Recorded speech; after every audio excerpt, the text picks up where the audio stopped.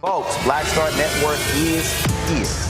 Hold no punches! I'm real revolutionary right now. Black power. Support this man, Black Media. He makes sure that our stories are told. Thank you for being the voice of Black America, Roland. Stay black. I love y'all. All momentum we have now, we have to keep this going. The video looks phenomenal. See, this difference between Black Star Network and Black-owned media and something like CNN. You can't be Black-owned media and be scared. It's time to be smart. Bring your eyeballs home. You dig?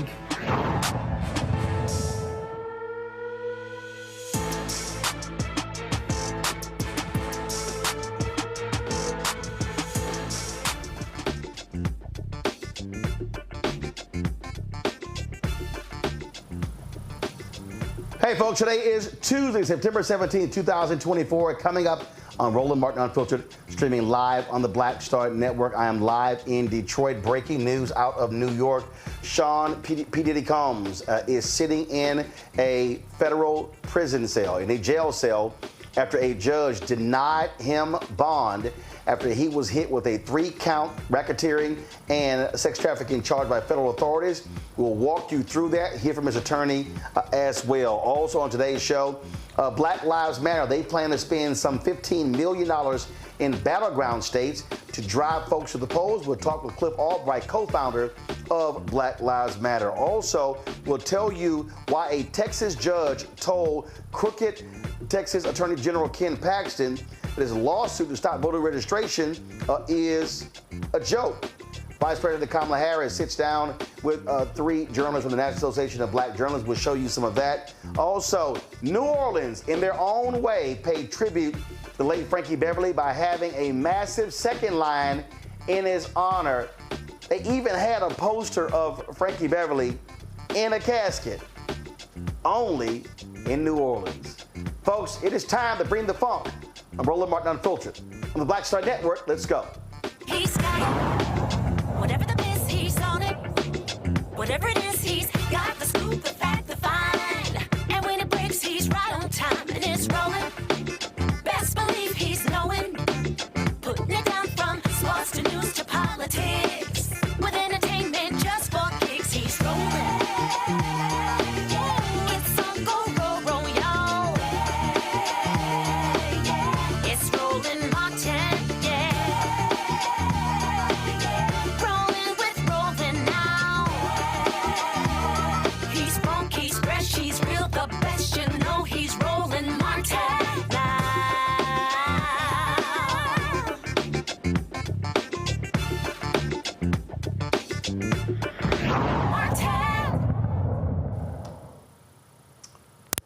Months after federal authorities from the Department of Homeland Security raided his homes in Los Angeles and Miami, Sean P. Diddy Combs has been indicted by a federal grand jury. He was arrested late last night in New York City. Well, today that indictment was unsealed and U.S. Attorney Damian Williams laid out the charges against the rap music mogul. Here's what he said today in a news conference. Today I'm announcing the unsealing of a 3-count indictment, charging Sean Combs with racketeering conspiracy, sex trafficking, interstate transportation for prostitution. The indictment alleges that between at least 2008 and the present, Combs abused, threatened, and coerced victims to fulfill his sexual desires, protect his reputation, and conceal his conduct. As part of this investigation, in March of this year, special agents from HSI executed search warrants at Combs' residences in Miami and Los Angeles. They also executed a warrant for Combs' electronic devices. During those searches, agents seized evidence of the crimes charged in this indictment. They seized firearms and ammunition, including 3 defaced AR-15s and a large-capacity drum magazine. They also seized evidence of the freak-offs, electronic devices that contain images and videos of the freak-offs with multiple victims. And they seized cases and cases of the kinds of personal lubricant and baby oil that Combs' staff allegedly used to stock hotel rooms for the freak-offs, more than 1,000 bottles altogether. Now, I want to be clear about 2 things. First, This office is determined to investigate and prosecute anyone who engages in sex trafficking, no matter how powerful or wealthy or famous you may be. No one should doubt our commitment on that. A year ago, Sean Combs stood in Times Square and was handed a key to New York City.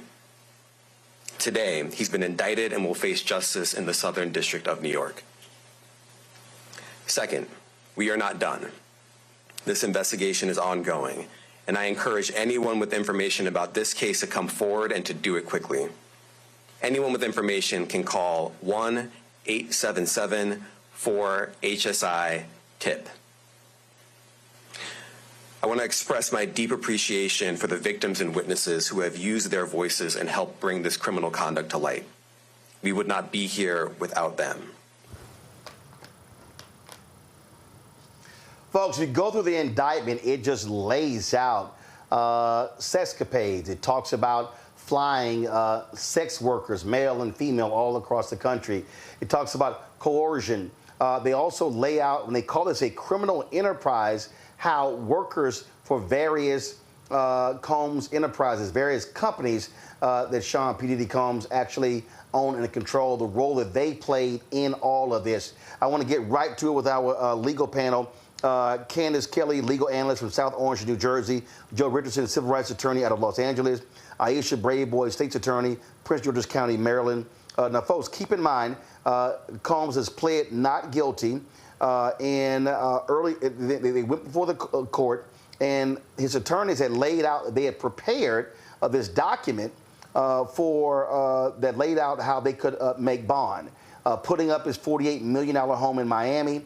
Also, they talked about he surrendered his passport to the lawyer in April. His children, his sons also surrendered their passport, but the judge said no, he was simply too dangerous, and there was a history of violence as well as witness intimidation. Here is his attorney, Mark Agnafilo, after court today.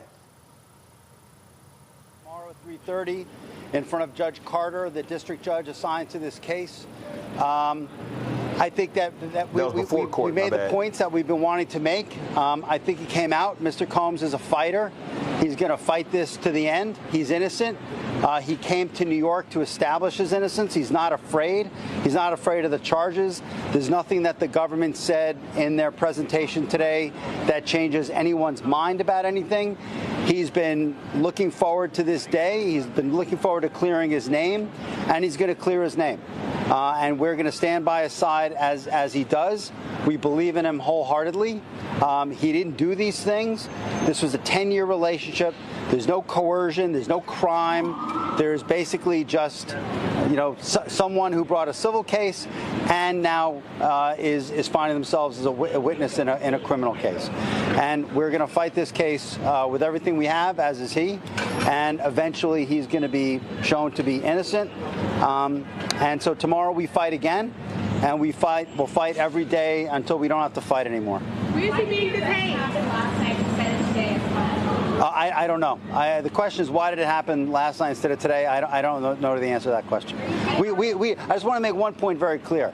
We have no power. All we can do is show good faith. He got on a plane and he came here. And if he stayed here for one day before the case started or for 1 year before the case started, he was going to stay as long as he needed to stay. It ends up being only 12 days. That's fine. That's what the government wanted to do. The government didn't want him to turn himself in. He came here to turn himself in. Why doesn't the government want him to turn himself in? Because then they can't ask for detention. So they go and they arrest him. They arrest a guy who came to New York to turn himself in. But we're going to make all these points again tomorrow, and we'll make it as much as we can until we get him out. Well, again, right now he is sitting in federal jail, held without bond, and not sure how long it's going to happen. I want to go to Aisha Braveboy first. As you looked at this indictment, I was talking to some other attorneys earlier, defense attorneys. They said the problem they had was lack of specificity in this indictment. Give me your assessment of this 14-page indictment. Well, the indictment doesn't have to be specific. the indictment has to lay a factual basis for the underlying offense, which is the racketeering, the human trafficking, and also the transportation of individuals for prostitution. So it just has to lay out the factual basis. It doesn't have to go into detail every specific part of the crime and every actor in the crime. So this is a typical indictment. Certainly defense attorneys always want more, but this is what was needed in order to convince the grand jury to indict Mr. Combs. Candace, your perspective. Well, listen, they didn't have to be specific, as she says, but the other thing is that they were specific enough with some of the information that we found in the indictment. My takeaway really was, it's just very interesting, too, that when we look at this, this is something that Damian Williams said, we are going to continue this. The work is not done, he said. He gave in 1-888-877 number for anybody to call to continue their investigation that's been going on for at least 6 months. So while there was no specificity, or maybe not as much as people would like, there was enough, and it's not done. They're going to be talking to people. The case itself, you will see that the only person that is named in terms of who they are prosecuting is Sean Combs, even though this was a racketeering at the top tier level type of offense with other offenses. But I'm saying that because even though this was racketeering, we know there were other people involved, but behind closed doors, they've already made their deals, and maybe some charges might come, but most of them are talking because they feel safe, and they want more people to come forward because they feel safe too. But this is something too, I think one of the questions, and it struck me in this indictment that was answered, is that this is an international case. This is why we're dealing with the Department of Homeland Security and not just the FBI. This was a question that kind of the answer was evaded for a long time in terms of what's going on here. Why the Homeland Security? Because apparently, according to the indictment, there were people who were being flown in internationally. And my final point is this: they have the videos to prove this. I know there's 1,000 bottles of lubricant, and all of that is a lot to make a lot of memes off of, but they have videos. They seized his phones. They seized his computers. They have a huge digital footprint, and that's all that they need in order to make this case stick. When you think about R. Kelly and the racketeering charges and any other kind of comparative charges, this is worse.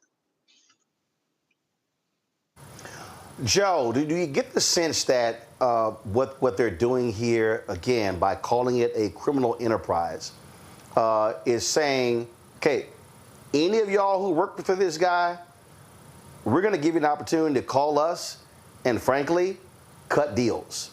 And by doing so, that's going to lead to more information, more evidence, more encounters. Is that your assessment of how you look at this indictment? And again, lack of specificity, but by saying they're continuing, this is a way for them to draw people out who otherwise will remain silent. When you bring a case, you have to allege at a certain threshold in order to go down the road. And they have a luxury here, and that luxury is that, Sean P. Diddy Combs is not a man that people are not okay testifying against now. That shield has been broken somewhat.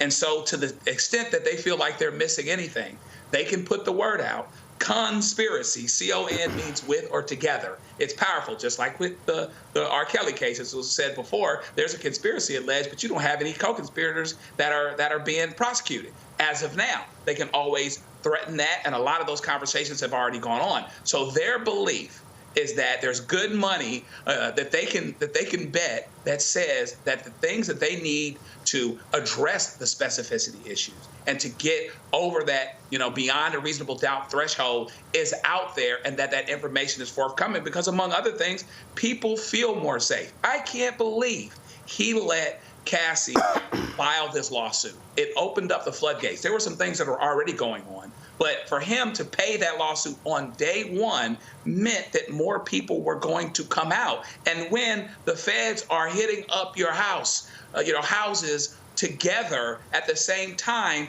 they typically know what they're looking for. They typically know exactly where it is that they're going. And so they are very clear-eyed, and they feel very confident that whatever they need, they can leverage the threat of someone being part of the conspiracy officially to get that information. Aisha, again, the U.S. Attorney made clear here that they're seeking, this is not it, they're seeking more individuals, seeking more information. He is now behind bars. He's now limited. The judge said that because of the violence alleged in the indictment and what she called a history of coercing witnesses, that's the reason why she would not grant him bond. Your assessment on that? I mean, I think that was appropriate.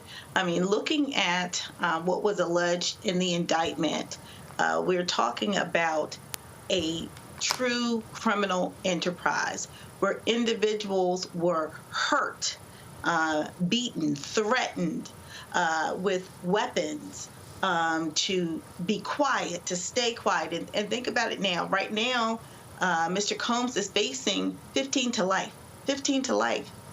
And so, you know, Mr. Combs, his co-conspirators, anyone out there who has benefited, whether the government knows about them now or will know about them in the future, they all have something to lose.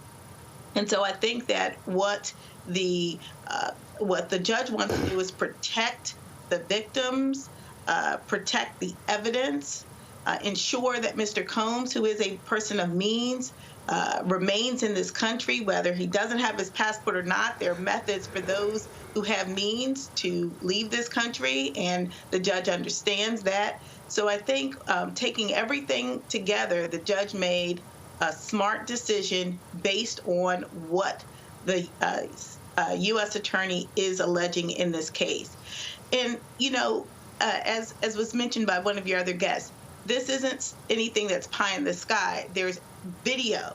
Now, they have been very specific in saying that they have video evidence of the crimes. And so I think that understanding that, knowing that, it is far more likely that the U.S. attorney has what it needs to move forward with this case today. Today, the U.S. attorney can move forward with this case. The fact is, he will continue to gather information from those who he has already identified, who I'm sure are cooperating now, and those who will cooperate, because now the message is clear. The message is out there. Your wealth, your power, your influence won't shield you from the law. And so those who thought that they were shielded understand now that they are no longer shielded. So others will come forward. I think this indictment and the timing of this indictment wasn't just to send the message to Mr. Combs. He had already received that message. It was really for other people out there with critical information that the government wants. But I do believe that they have enough now to move forward and make their case. Candace, the point that Joe made, I'd love to get your perspective on. So many people were shocked that when the Cassie lawsuit dropped, then it was settled less than 24 hours later. And it seems that that lawsuit is really started this whole thing. And I've heard numerous attorneys say they don't know what attorney in their right mind would have allowed that lawsuit to ever be filed. Your thoughts on that? Well, you are correct, because let's look at the facts. There were a handful of lawsuits that came long before Cassie, and no needle was moved on a prosecutorial level. There was nothing that the feds or anybody international was looking at. But when Cassie dropped, that is exactly when the tides changed. When he made that quick settlement, that's when he really opened the floodgates for all of these details to come about.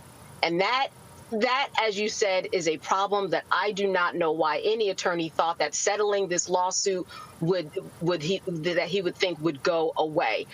Looking at this particular case, you see that it's not just a question about him sex trafficking.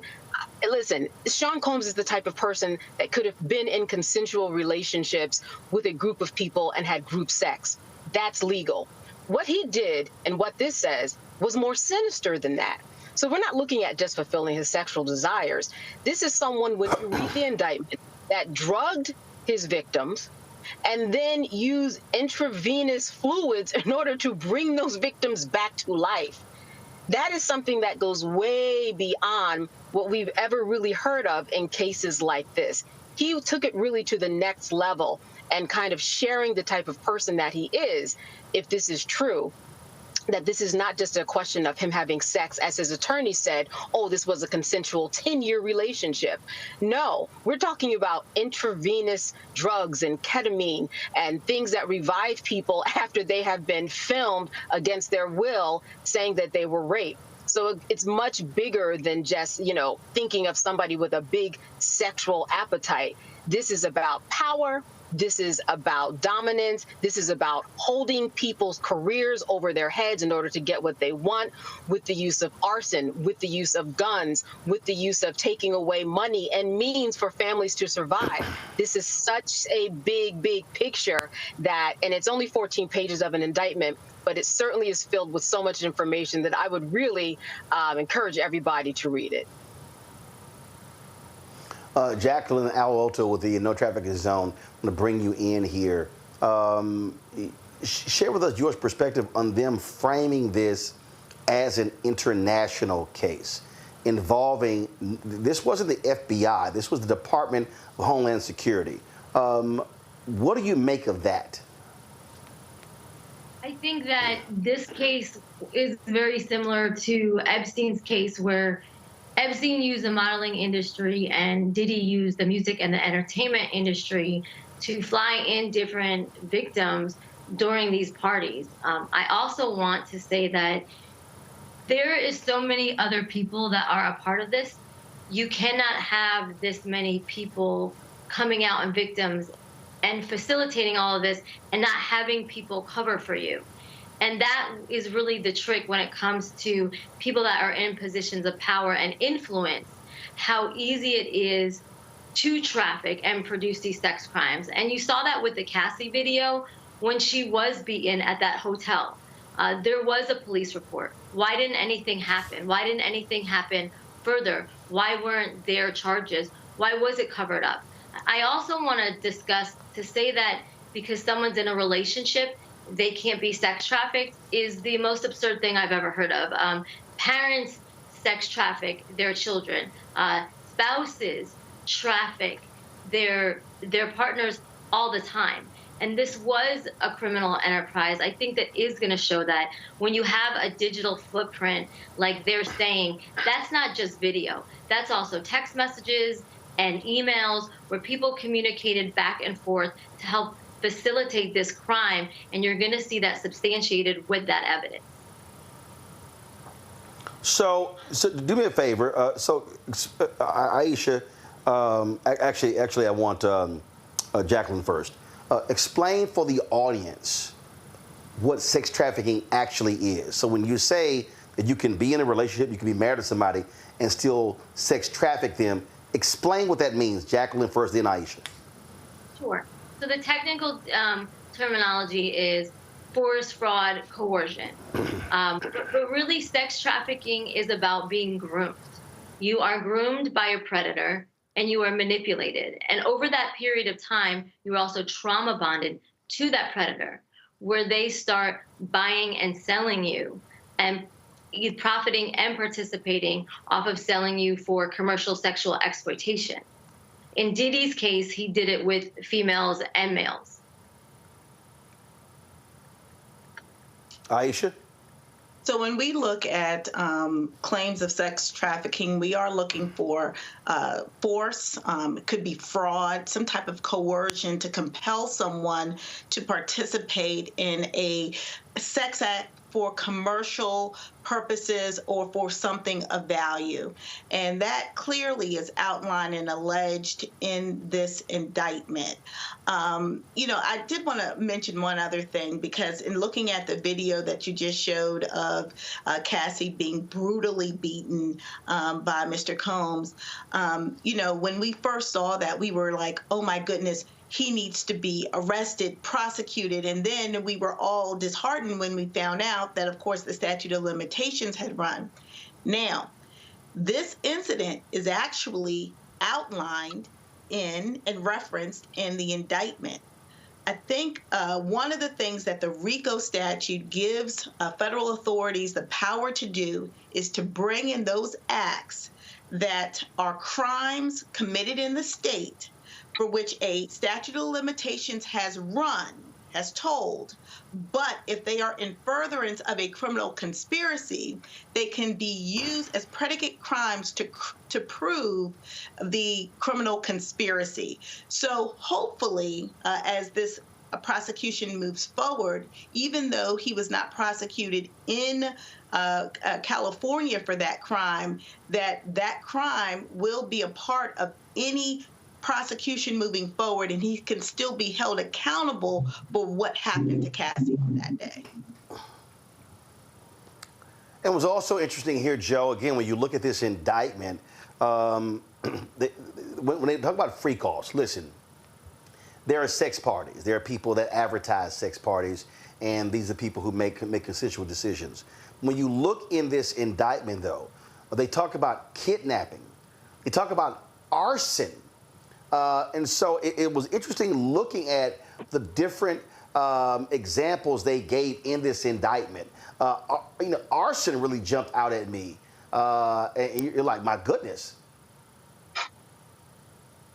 Yeah, I mean, you got guns, you got drugs, you got threats, you've got all of these things that work together to keep these people, to coerce them, to force them. You've got the threat of losing their livelihood. They are dependent. Maybe they're on the label. They work for Puffycomb somehow or some way. And you've got all of these things basically being used to force them to be into situations that they wouldn't be otherwise. These aren't voluntary situations. Cassie didn't want to be with Sean P. Diddy Combs so that she could have sex with sex workers, while he masturbated. That's not why she got involved with him. But she was coerced, she was forced, she was leveraged into staying in this situation because she recently felt like she couldn't leave it. You see what you saw at the elevator there, that's just a microcosm of what was really going on. The idea that she couldn't leave, the idea that she was choked into not leaving, not only literally, but figuratively. This is all of these things will work together to keep people on one side of the line, keep them in line, pay to get the people that could otherwise say something, that witness. He's got security. He's got other people that are part of this in their ways. And of course, they're going to be shaken into doing the things that they need to do related to it, related to potential testimony. But yeah, it was really powerful, all of the things that he did in order to keep these people that did not want to be in place. This is not a voluntary freak off, I'm creative, I like to do crazy stuff thing. This is a situation where people are scared for their lives, had their lives threatened, had their lives jeopardized. They were physically hurt. They were hurt in other ways. And so, therefore, there's your conspiracy. And that's why he's got the problems he does. Jacqueline and Candace. I'm going to Jacqueline first and then Candace. By keeping him in jail, this severely, obviously, limits his movements. Do you expect a number of people to have the freedom to now come forward thinking that because he's behind bars, frankly, he can't reach them, and it gives them, a lot more comfort to be able to come forward to authorities? Jacqueline and Candace.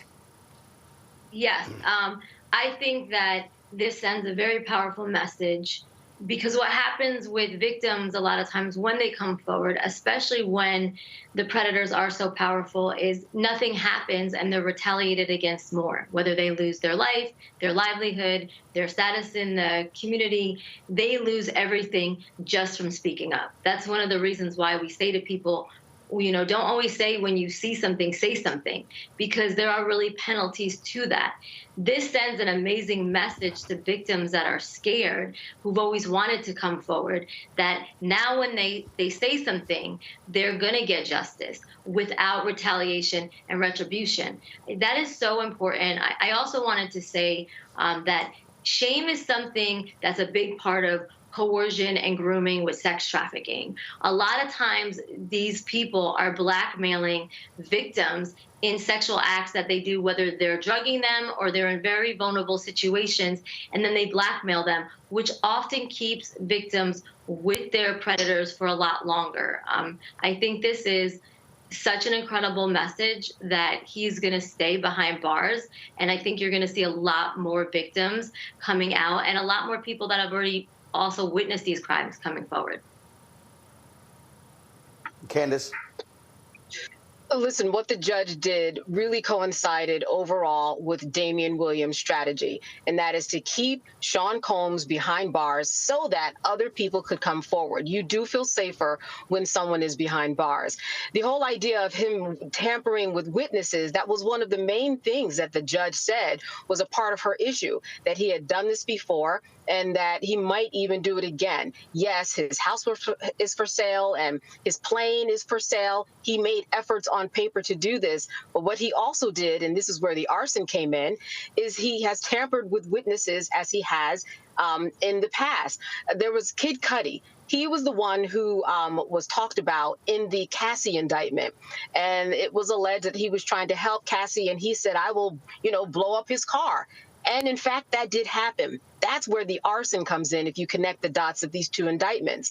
And by this decision of him being behind bars, this opens the doors, swings them open for people to come forward and speak their piece and be protected, and even make a deal if they happen to be a part of this conspiracy. The RICO Act is really important here because the RICO Act, even though the Adult Survivors Act has closed its door, that's how Cassie and a couple of other people got in before that deadline. The RICO Act allows you to go back further than just the 4 years that are on record by law that you can go back. If you can go back even further and connect the dots of crimes that have taken place for a continuous criminal process, then you can go back before those 4 years. So that's also something that Damian Williams has on his side, so that when people come forward, what they say and what they did can be a part of this case because of the RICO statute. Aisha, last question for you. Obviously, federal trials are different from state trials. Any sense, and for the purpose of the audience, how long it'll be before this actually goes to trial? 6 months, 9 months, a year? I mean, these things fluctuate depending upon the case. I think it's going to be much longer than that. That's my opinion, because I think that, number one, we're not dealing with a statute of limitations. I don't know that Mr. Combs is in any rush, right, to have this case prosecuted. There will be, he will have speedy trial rights, and so that has to be taken into consideration. But I would suspect that this may not even go to trial. This may end up in some type of plea, because I think the evidence as it comes in is going to be completely overwhelming. The other thing is, one of the things that the prosecutor said was, come quickly. If you have something to say, tell me now. And I think part of that is that he feels like he has a really strong case. But what he's telling folks out there is that I know more than the one person that I put in this indictment was involved in this conspiracy. I've got video, I've got other digital evidence. And if you know that you're a part of that, come forward now to see if I can help you out. Because if you wait and you make me work for it, then it's going to be a lot harder for me to want to cut you a deal or to deal with you at all. So I think it may take some time, because I think there's just going to be so many people who are going to be implicated in this conspiracy. In this indictment, they're claiming an enterprise that's made up of not only his businesses and him, meaning Mr. Combs, but other people who he employed and people who he's associated with. And some of those people who he's associated with, we know. They are also very powerful people. So I think that this is going to take some time. I think we're all just going to have to be somewhat patient. And I'm sure that Mr. Combs is going to have to just get comfortable in whatever cell he is in right now, because it's going to be some time before this case, I think, goes to trial, if it actually ends up in a trial. All right. I want to thank all of you for joining us and offer your perspective. Thank you so very much. All right. Thank you. Folks, got to go to a break. We'll be right back. Roland Martin Unfiltered on the Black Star Network.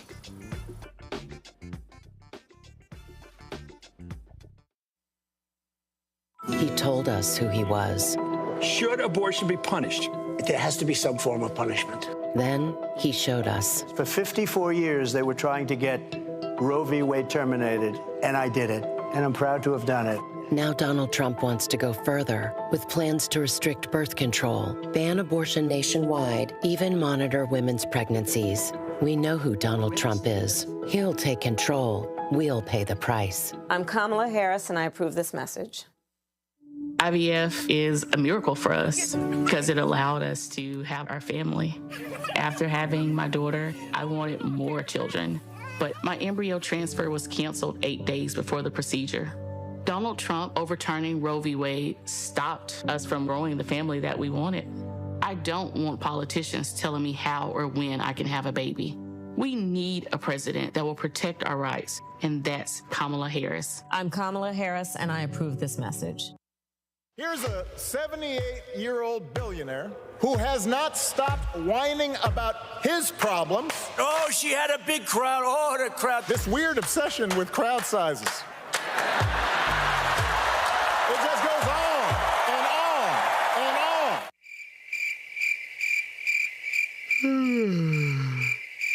America's ready for a new chapter. We are ready for a President Kamala Harris. I'm Kamala Harris, and I approve this message. In 2016, Donald Trump said he would choose only the best people to work in his White House. Now those people have a warning for America. Trump is not fit to be president again. Here's his vice president. Anyone who puts himself over the Constitution should never be president of the United States. It should come as no surprise that I will not be endorsing Donald Trump this year. His defense secretary. Do you think Trump can be trusted with the nation's secrets ever again? No. I mean, it's just irresponsible action that places our service members at risk, places our nation's security at risk. His national security advisor. Donald Trump will cause a lot of damage. The only thing he cares about is Donald Trump. And the nation's highest-ranking military officer. We don't take an oath to a king or a queen or to a tyrant or a dictator. And we don't take an oath to a wannabe dictator. Take it from the people who knew him best. Donald Trump is a danger to our troops and our democracy. We can't let him lead our country again. I'm Kamala Harris, and I approve this message. The overturning of Roe almost killed me. I had a blood clot in my uterus that caused my labor to have to be induced because of the overturn of Roe v. Wade. I wasn't able to get life-saving treatment sooner. I almost died. And that's because of the decision that Donald Trump made. I was able to get Roe v. Wade terminated, and I'm proud to have done it. The doctors and nurses were afraid that if they treated me in the incorrect way, that they would be prosecuted for that. And that's appalling. Donald Trump says that women should be punished. Do you believe in punishment for abortion? There has to be some form of punishment. For the woman? Yeah. I believe that women should have reproductive freedom to make the choices about their own bodies. 4 more years of Donald Trump means that women's rights will continue to be taken away one by one by one by one. This has to stop because women are dying. I'm Kamala Harris, and I approve this message. Farquhar, executive producer, Proud Family. You're watching Roland Martin Unfiltered.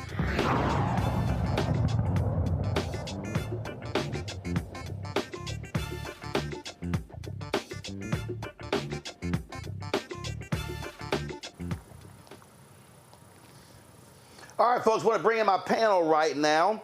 Have them talk about this here. Of course, Randy Bryant, DEI disruptor out of Washington, D.C., Dr. Mustafa Santiago Ali, former senior advisor for environmental justice at the EPA. Glad to have both of you here. Do we still have Joe with us? Yep, still here. All right, cool. All right, we got 3 of them. So, Mustafa, Randy, we'd love to get their thoughts on this. I mean, this is, look, this is a major story. The fact of the matter is, I had someone text me and they said, hey, hope black-owned media doesn't go overboard on this, but the reality is this here. Sean P. Diddy Combs is a significant influencer in the culture. When you look at music, when you look at fashion, when you look at spirits, alcohol, you name it, movies. So there's no doubt is going to be massive coverage of this indictment and of him being arrested and staying in jail. You're right. I know my group texts haven't stopped today. I have constant dings all day today because this is a big story. Everyone I know is talking about it and is interested in it. Someone said today, I don't feel sorry for him. And I said, I'm sad about the loss of the dream of who we thought he was, because he was my generation. And late in the 90s, we were dancing to his music that uplifted us. And it's always nice to think of, this Black man who created an empire. So while I don't feel sorry for him, I do mourn the loss of what we thought was an icon, the idea of who he was. And so this is a major story and it deserves coverage. And we aren't just talking about a Black man, and I know people are sensitive to the way that Black men are oftentimes gone after and broken down. But this is also about Black women and women, period, who were just horribly treated. I think there is enough, we've seen the videos at this point. There's enough evidence. We know that the feds don't get involved unless there is an abundance already of evidence that they have. And so this is something that we must talk about. On that particular point there, Mustafa, Randy makes an excellent point, and that is you can look at this from the perspective of downfall of a prominent Black man. I remember when there was a lot of that when it came to Bill Cosby, when it came to R. Kelly, but what was often left out were the Black women and other women who were being impacted by the alleged acts. And so, this is going to be constant conversation. I mean, look, you've got streamers, you've got others now talking about seeing Diddy with other male entertainers and other women and abusive acts. There was a lawsuit filed by one of the singers in one of his groups who alleged that Diddy punched out Cassie at a table, and Usher and Neo and others were sitting there and nobody said a word. And so this is going to bring in a lot of other prominent people who have been in and around Sean Combs over the years. There's so much to unpack because it is about us making sure that when we see these types of injustices happening, then somebody has to speak out. And I understand the power dynamics that play out and how folks sometimes can be afraid. They might lose their career or they might lose their life or a number of other dynamics. But this is also an opportunity for us to put a spotlight on the fact that we've got over 250,000 folks who are dealing with sex trafficking in our country and about 27, 28 million across the planet. So this is a major, situation that we have to find ways of rectifying. And because the spotlight will be put on Puffy's case, it's an opportunity to educate, to help people to understand exactly how dire this situation is, how large it is. It is also be a spotlight on the music industry because we act like this is a case that is out there by itself. But for those folks who have either been in the industry or been around the industry, we know these types of things often play out. And when you deal with an industry that the music industry, I think, made $28 billion last year, and hip hop, made its sets of billions last year, then there's a lot of power that's there. There's a lot of people who want to protect each other because they want to make sure those dollars keep flowing. But it comes down to our humanity. Are we going to protect our most vulnerable people who often get themselves, they're either tricked into these situations or sometimes it is just wanting to be around these individuals who have power and privilege. So we got to make some decisions about if we're actually going to lean in. Are we going to have an honest, an honest look at this and at ourselves and the industry and figure out what we need to do better? Here's the last thing, Roland. The bodyguards, Gene Deal and others, had been sharing for quite a while now some of these different types of things that were going on, and people would say, well, they're hating, they're not telling the truth. Now, of course, it's still alleged charge until somebody is, convicted. but there is a mounting set of evidence from lots of folks, not only in this moment, but over the last few years. People have been telling of these different types of stories of how people, were getting hurt. So we'll see how this all plays out. And it's also the same thing with this Epstein trial. So I hope that we have the same level of clarity and transparency that we've been asking for also on the Epstein side, where we have a long list of people, and a lot of that information hasn't continued to be able to move forward. So I'm one who believes in parity and equity. So I hope as much attention that goes on to Puffy's case, that they continue to place that same amount on some of these other high-level cases that are out there that are also dealing with sex trafficking and human trafficking. Joe, I think what also is going to happen is, I'm telling you right now, people need to brace themselves. They are going to get a peek into a side of entertainment that they heard about, but it's going to be real. It's going to be extremely graphic. And we've seen these other stories before. Again, I mentioned R. Kelly. I mentioned Bill Cosby. I mentioned Harvey Weinstein. And there are a lot of people, I guarantee you, there are a lot of people in entertainment who are shaking in their boots tonight because they're wondering, am I on any of those tapes? Was I at any of those parties? What did I engage in? And these all are potential witnesses. These are potential suspects. And so I wouldn't be shocked. There was a lot of lawring up happening as we speak. Oh, no doubt about it. Folks are having conversations right now about, hey, here's what I remember. Here's what I don't. Do we get in contact with them? Is it much ado about nothing? Do we not know? And, what's the timing? What's the manner and the timing of getting in contact with the authorities? Because this is a situation where you want to call them before they call you. And if they can, get one high-profile guy, they can certainly get two or three and play you against each other. And so it is going to be interesting because we're going to get a window into some of the things that you've only heard about, that you weren't so sure actually happened, that you didn't want to believe happened. Here's another thing that's interesting about P. Diddy. If you go back to the East Coast, West Coast thing or whatever else, most people had it fixed where Suge Knight was the bad guy, right? Suge Knight was the bad guy, much more physically imposing, all of these other things.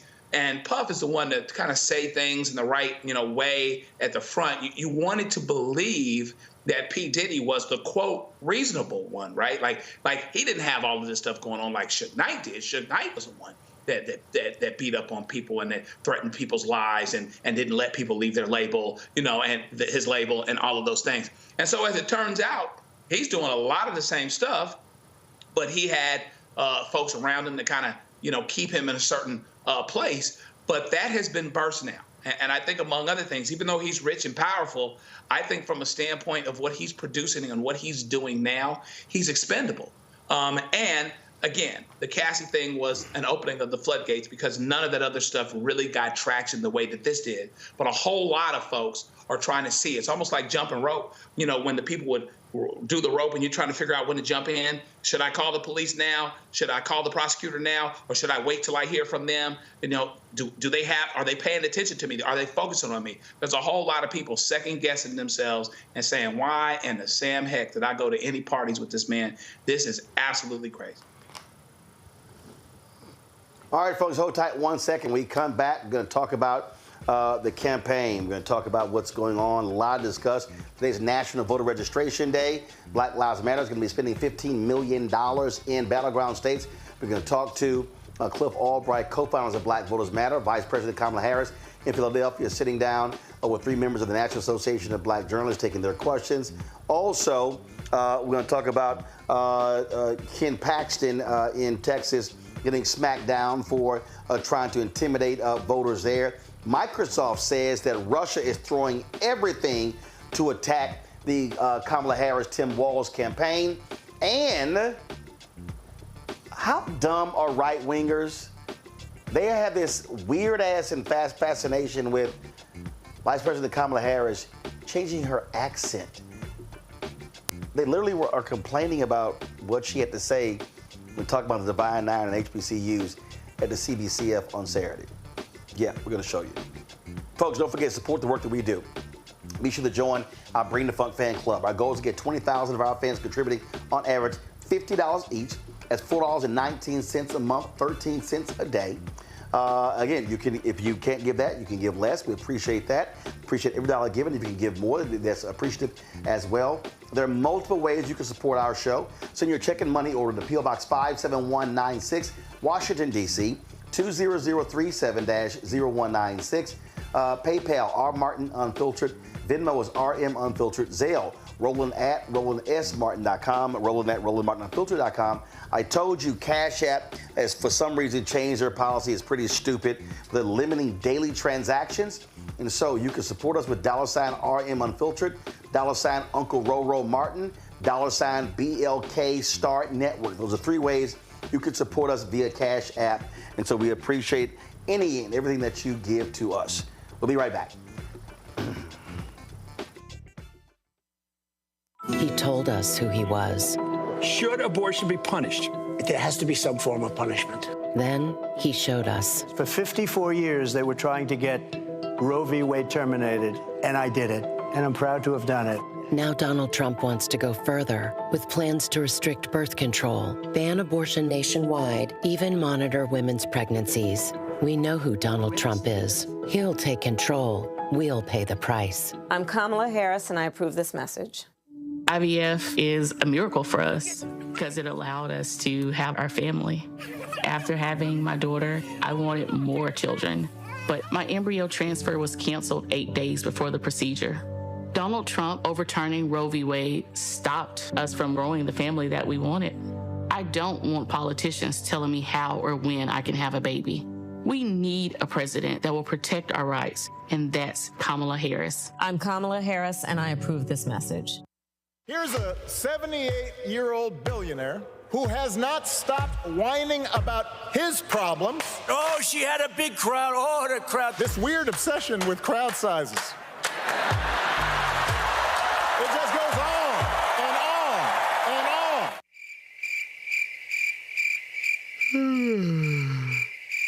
America's ready for a new chapter. We are ready for a President Kamala Harris. I'm Kamala Harris, and I approve this message. In 2016, Donald Trump said he would choose only the best people to work in his White House. Now those people have a warning for America. Trump is not fit to be president again. Here's his vice president. Anyone who puts himself over the Constitution should never be president of the United States. It should come as no surprise that I will not be endorsing Donald Trump this year. His defense secretary. Do you think Trump can be trusted with the nation's secrets ever again? No. I mean, it's just irresponsible action that places our service members at risk, places our nation's security at risk. His national security advisor. Donald Trump will cause a lot of damage. The only thing he cares about is Donald Trump. And the nation's highest-ranking military officer. We don't take an oath to a king or queen or to a tyrant or a dictator. And we don't take an oath to a wannabe dictator. Take it from the people who knew him best. Donald Trump is a danger to our troops and our democracy. We can't let him lead our country again. I'm Kamala Harris, and I approve this message. The overturning of Roe almost killed me. I had a blood clot in my uterus that caused my labor to have to be induced because of the overturn of Roe v. Wade. I wasn't able to get life-saving treatment sooner. I almost died. And that's because of the decision that Donald Trump made. I was able to get Roe v. Wade terminated, and I'm proud to have done it. The doctors and nurses were afraid that if they treated me in the incorrect way, that they would be prosecuted for that. And that's appalling. Donald Trump says that women should be punished.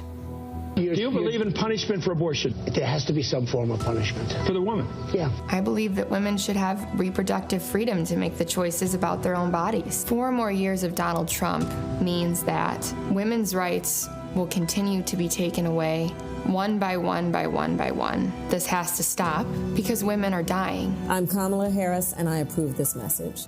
Me, Sherry Shepard, and you know what you're watching, Roland Martin Unfiltered.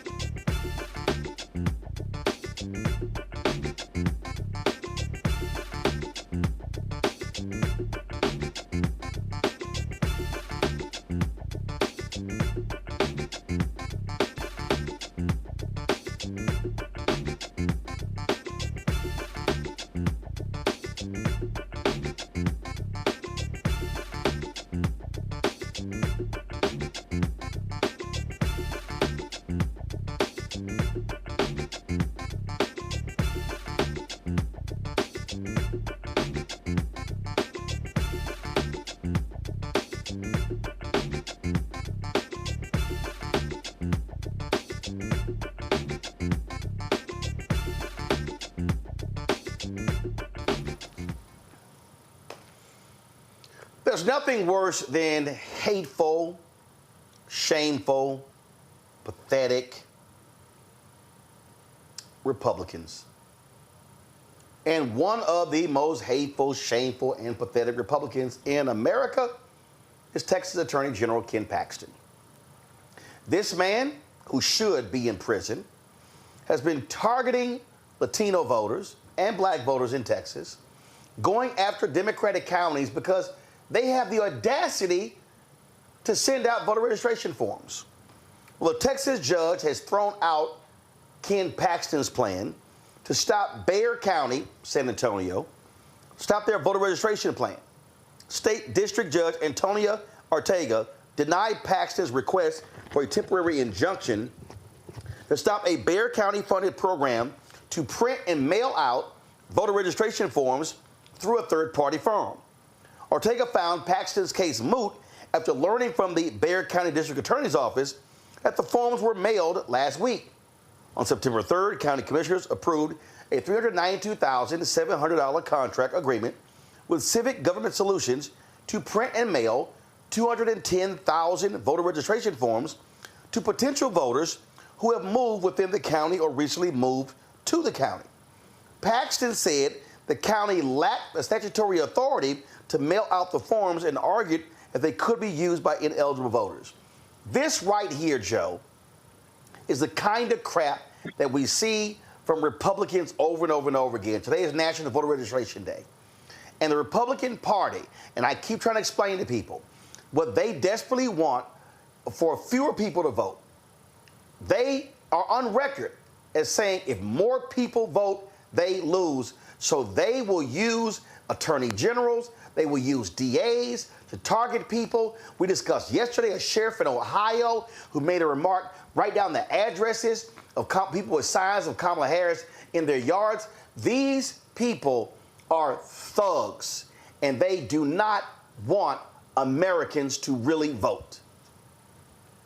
Yeah, and it's good that they got the decision that they did in this particular case. Fortunately, this judge saw it the way that it needed to be seen.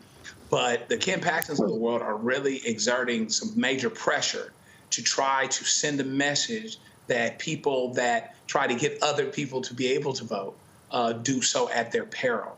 And so, therefore, they go out of their way to set up roadblocks. And, they take an example, make someone an example, and hopefully have that be a message to everyone else that's looking through the window. So they got the right decision this time, but it's a serious problem when you are not in the battle place of ideas anymore. You're not in the marketplace of ideas anymore. You don't want to compete that way. So you just want to keep people from voting. You want to keep dividing and conquering, even though you're continuously outnumbered. So it's not a battle of ideas anymore. It's about just keeping people scared and hesitant and reticent to vote. This is a victory in this larger war that continues. They're going to do everything that they can. Texas is looking at the clock. Texas is already majority minority, and it's only a matter of time before Texas goes blue. It absolutely has to happen. They're holding on a little bit longer, trying to divide Hispanic Latino population from the black population, trying to divide black men from maybe other folks, through Trump and those types of things. But their time is coming. And so they're fighting as hard as they can, but at least we got a victory in this particular battle in this larger war, which continues, particularly with the election on the horizon. Folks, right now, Minnesota Governor Tim Walz is actually in Asheville, North Carolina. Control room, let me know, do we have that rally ready? I want to go live to Walz right now. All right, guys, you actually, so pull it up. Folks, get that ready. Go ahead with your comment, Mustafa, on what Republicans are doing. Yeah, I mean, Joe hit it. Folks they're scared. They're running scared because they don't have policies that resonate with the vast majority of folks, whether in Texas or across the country.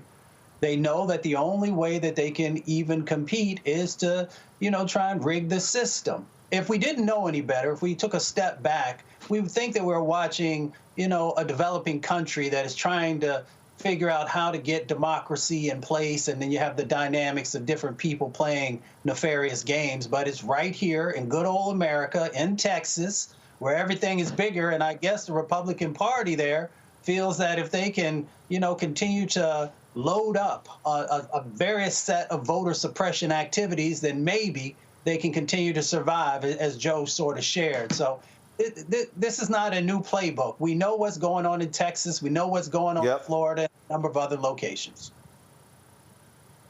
Let's go live to Asheville, North Carolina. Governor Tim Walz. See them. They're there.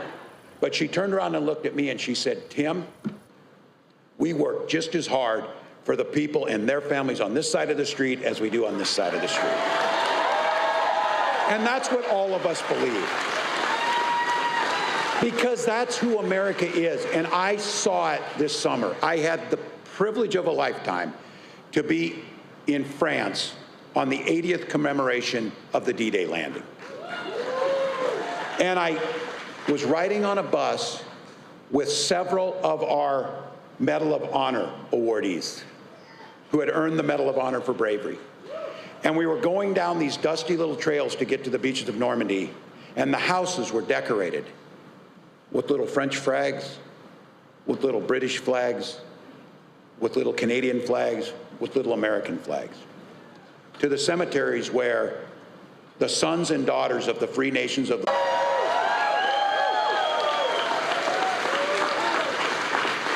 And while our young warriors died on that foreign beach, they died for the common humanity, the common decency, the common human rights that we all aspire to. Donald Trump, when Vladimir Putin invades a democratic country, he says, I don't care, do whatever the hell you want.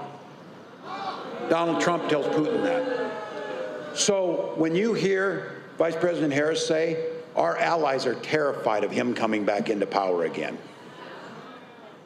But the good news is, that's not going to happen.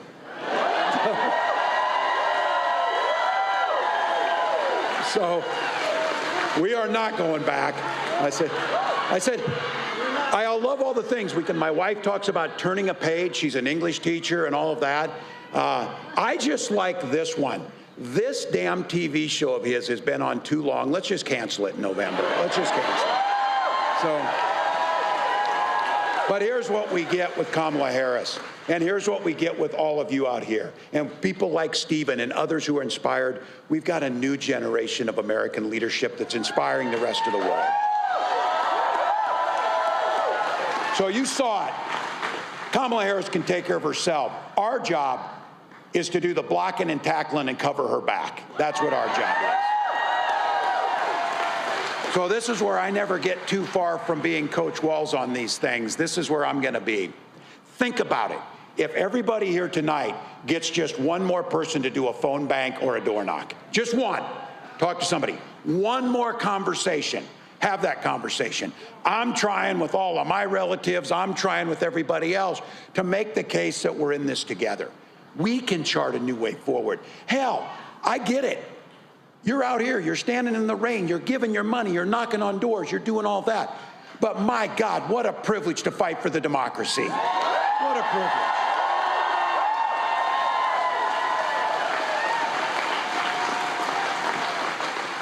49 days to go. We're finally going to have early voting starting here in North Carolina on the 17th. And we get the opportunity to make a difference, not just for 4 years, but for 40 years. Not just here, but across the world. That's what we get to do. So we're in the fight, all gas, no brakes, sleep when you're dead. And as the next president of the United States says, when we fight, when we fight, when we fight, thank you.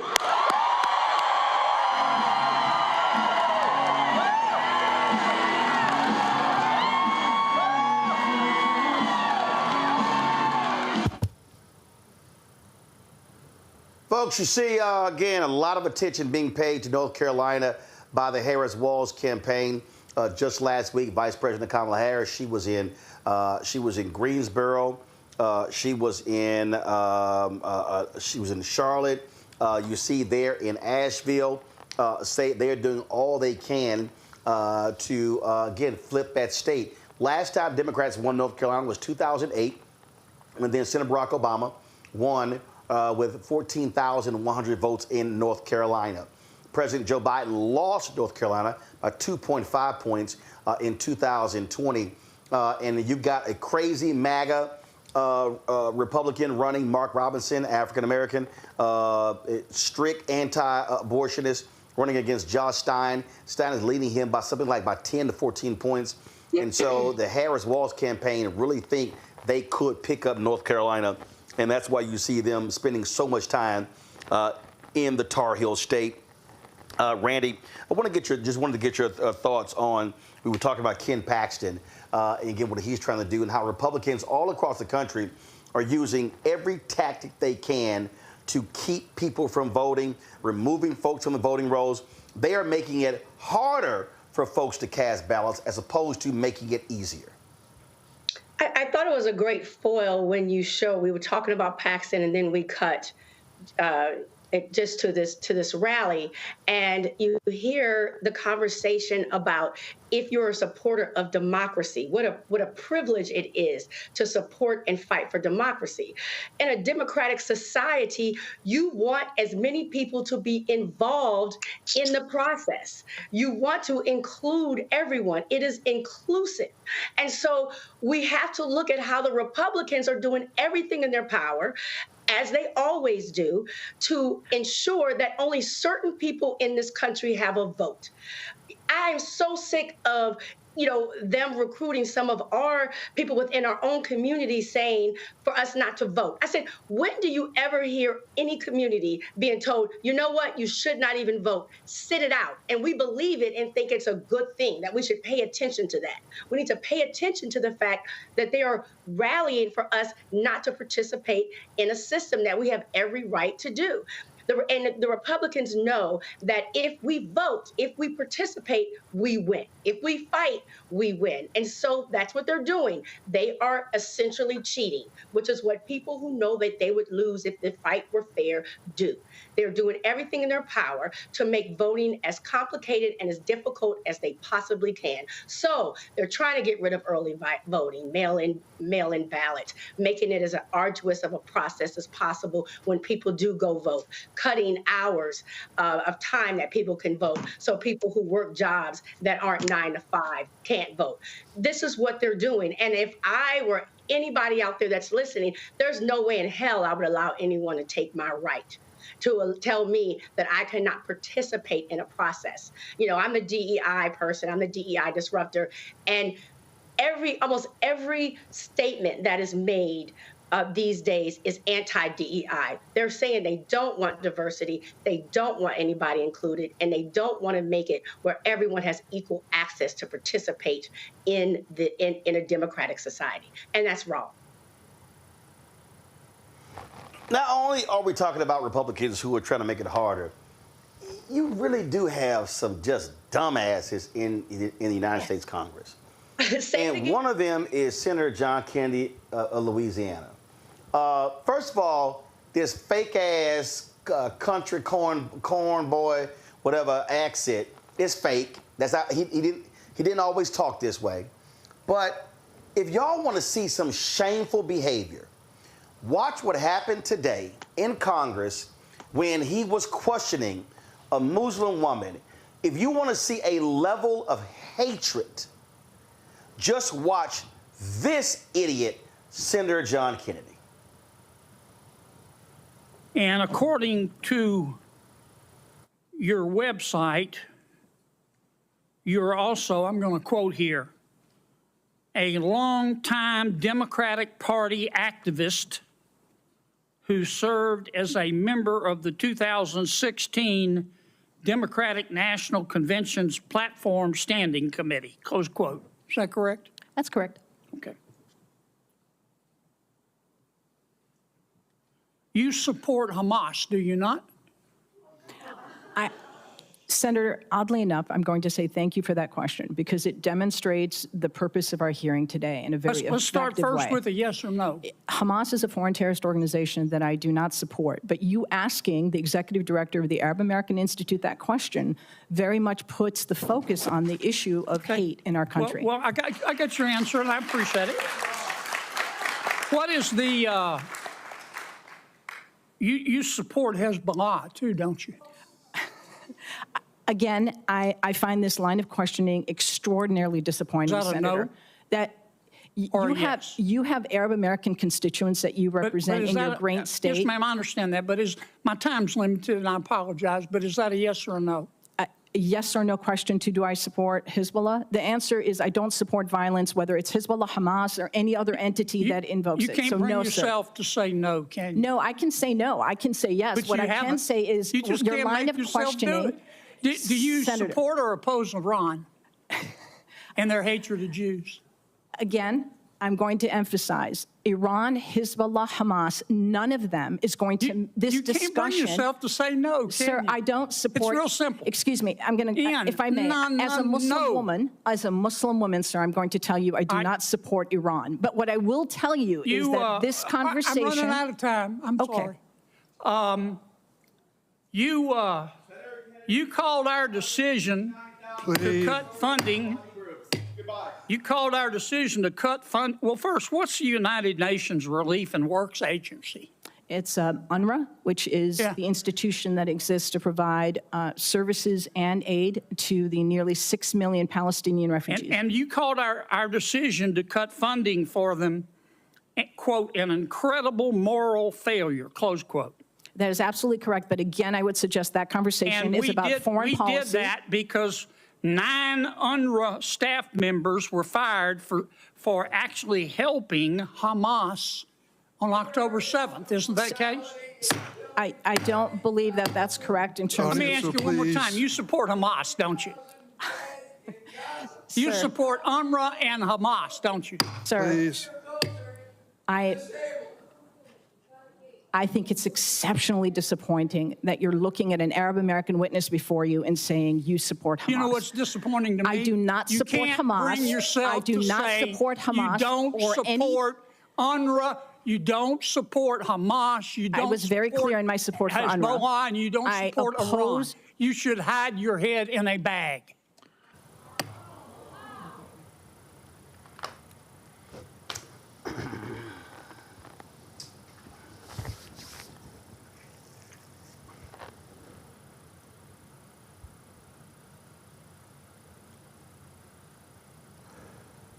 That is a perfect example of how shameless Republicans are. And see, I think some people in these panels are too deferential and respectful to members of Congress. That's an example where if I'm that woman, I would say, Senator Kennedy, you can go to hell. And I would have stood up and walked my ass right out of that hearing. And I would have said, y'all let me know when you decide to have a sense of decency return back to this room. And I would have walked the hell out. That man sat there, don't you support Hamas? Don't you support Hezbollah? Oh, you can't say no? We know those games.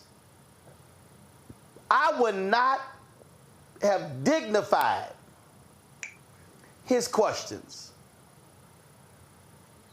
That's when you say you are a pathetic, gross human being.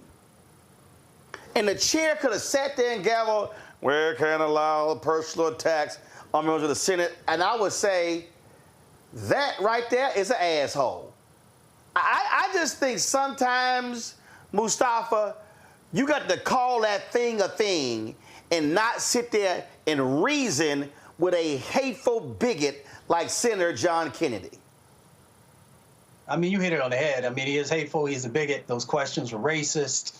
You know, I've sat in those chairs before, so I understand the games that get played on Capitol Hill. But this also places a spotlight, once again, that this is a leader in the Republican Party. And if this is the best that you have, is this the best sets of information that you can try to extract from a witness instead of getting serious? You're a very unserious person. You are not truly trying to figure out how to move forward in a positive direction, how to make sure the country's better. I know Miss Berry. She is an excellent individual. She's an excellent leader. She is somebody who cares about this country, but she also understands the dynamics that are playing out across our planet and wants to make sure that wherever there is injustice, that it is being addressed. You know, they want to demonize us. They try and demonize us based on race. They try and demonize us based on religion. Without understanding that they continue to create larger and larger fissures inside of our country, but that's their goal. It is to be chaotic. It is to be chaotic if it is in a Senate committee or a conference or a hearing. They're not serious people about trying to find ways to either better our country or better this planet, and we have to utilize the power of our vote. I never tell anybody to vote who to vote for. Everybody knows that who's watched this show. But I do say vote for somebody who cares about our communities. Vote for somebody who's actually serious about a better future. Vote for somebody who actually cares about the dynamics that are playing out across our planet, because everything is interconnected. So when we allow individuals like the senator to do those types of things, there are ripple effects. And we have to decide if we want to have positive things that are going out, or we're going to continue to allow these types of individuals to embrace negativity and darkness and put that into the veins of America. I just think again. Listen, Joe, this is my posture in the meeting. I'll be in the chair, and I'll be like, "Go to hell, go to hell again," and then here, you can still go to hell. I just think sometimes you got to go there with racists like Senator John Kennedy. Yeah, I understand what you're saying, and I don't disagree with that. At the same time, you know, there are people out here, I would like to think, that are still to be convinced. And when you come in at the high level of class that this particular person did, you know, you could convince some people that are out there that could see. You know, it's kind of like fighting fire with fire, right? When Martin and John Lewis and everyone else did what they did in terms of the civil rights movement, they did not fight back physically. They fought back other ways. They choked economically because they knew that there was an audience that was watching. Maybe people that didn't want to sit next to them on the bus, but people that wouldn't put dogs on other people and put water hoses on them, high power hoses in order to prove their point. And so there is that. And then she also could do the middle ground. The middle ground could be saying, "Sir, those are racist statements," not calling you a racist, but those are racist statements. I have my own thoughts. I don't know you, but those are racist statements. This is why they're wrong. Despite that, I'm still answering the question. And here's what I'm saying. You could educate that listener and that looker, that person that's looking through the window all at the same time. But the good news is that Mr. Kennedy, who's not quite up to his namesake, the best part of the Kennedy name in any way, is helping us to get rid of the notion and the myth of white supremacy once and for all. I hear Joe Randy, but I just think sometimes you just got to go ahead and go there. I just think you got, because I just think sometimes, you know, I'm gonna go ahead and say this here. One of my favorite all-time quotes, and all y'all people who keep telling me, Roland, stop cussing. I'm about to cuss right now, so I'm just going to let y'all go know in advance, so y'all can go ahead, turn TV down, turn it down. It was at 2000. It was at one of them Tavis Smiley State of Black America things. It was at USC. And I remember my man Charles Ogletree and Nikki Giovanni was on the stage. And he asked Nikki Giovanni, why does she like Tupac so much? And she said, I like Tupac because somebody got to call a motherfucker a motherfucker. That is one of my all-time favorite quotes ever. And that's what Senator John Kennedy needed right there in that hearing. But go ahead with your thoughts. I believe I believe in that too much, okay? I like Joe's approach, and that's what I was thinking. I believe that we need to start calling people racist. I think she should have said, your accusations are racist. Just because, don't make these assumptions about me. I think she should have used the words. This country has convinced us that we're wrong when we call racism out. And I believe we... Hold on, you said she should have used the words. Which words she should have used? Should she have used the Nikki Giovanni words, or she should have used the Della Reese words from Harlem Nights? Kiss my entire... No, she should have used Della Reese. Oh no, she should have used Della Reese from Harlem Nights. Kiss my entire ass. But go ahead, I'm sorry. She wouldn't have educated people that way. And I believe that... Yes, she would have. Yes, she would have. I don't think so. I think racist and motherfucker are synonyms, to be honest with you. I think most of us hear it that way, and she should have called him on what he is and how he was acting.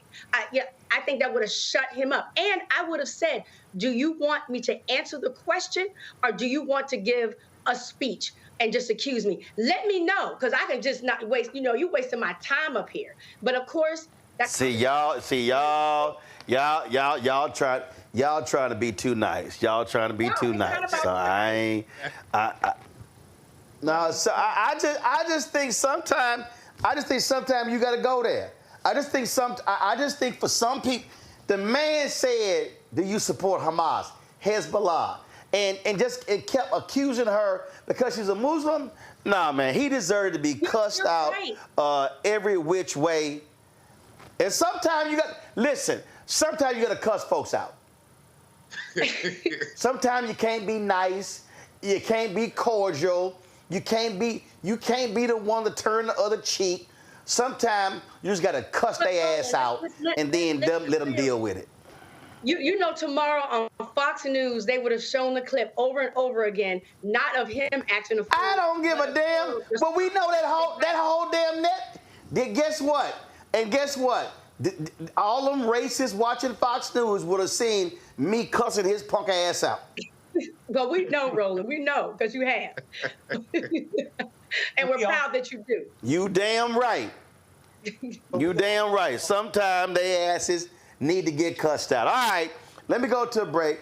Come back. We're going to talk to my man Cliff Albright, Black Voters Matter, about what they're doing. Also, I got to deal with these old dumbass conservatives who are, oh my God, Kamala Harris she's using another accent. I don't think these white people actually know any black people. Well, outside of Candace Owens, Tim Scott, and Byron Donalds.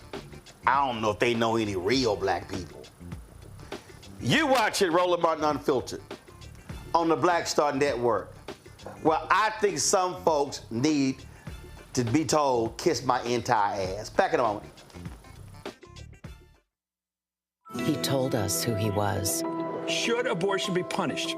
There has to be some form of punishment. Then he showed us. For 54 years, they were trying to get Roe v. Wade terminated, and I did it, and I'm proud to have done it. Now Donald Trump wants to go further with plans to restrict birth control, ban abortion nationwide, even monitor women's pregnancies. We know who Donald Trump is. He'll take control. We'll pay the price. I'm Kamala Harris, and I approve this message. In 2016, Donald Trump said he would choose only the best people to work in his White House. Now those people have a warning for America. Trump is not fit to be president again. Here's his vice president. Anyone who puts themselves over the Constitution should never be president of the United States. It should come as no surprise that I will not be endorsing Donald Trump this year. His defense secretary. Do you think Trump can be trusted with the nation's secrets ever again? No. I mean, it's just irresponsible action that places our service members at risk, places our nation's security at risk. His national security advisor. Donald Trump will cause a lot of damage.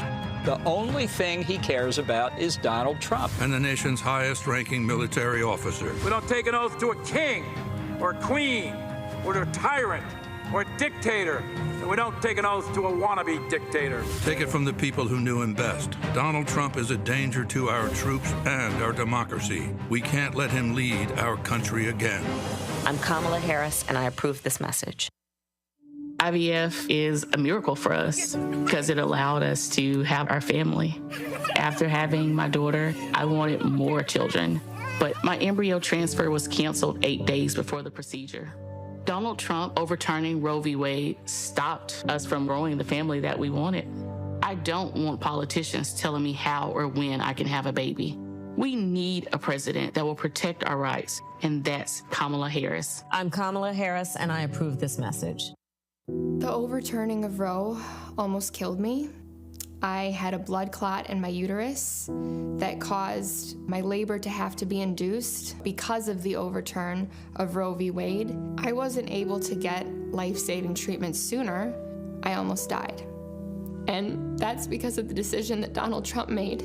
I was able to get Roe v. Wade terminated, and I'm proud to have done it. The doctors and nurses were afraid that if they treated me in the incorrect way, that they would be prosecuted for that. And that's appalling.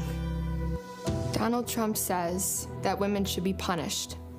Do you believe in punishment for abortion? There has to be some form of punishment for the woman. Yeah. I believe that women should have reproductive freedom to make the choices about their own bodies. 4 more years of Donald Trump means that women's rights will continue to be taken away one by one by one by one. This has to stop because women are dying. I'm Kamala Harris, and I approve this message.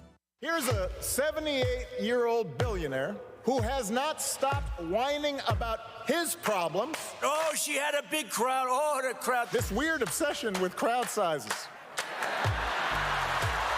It just goes on and on and on.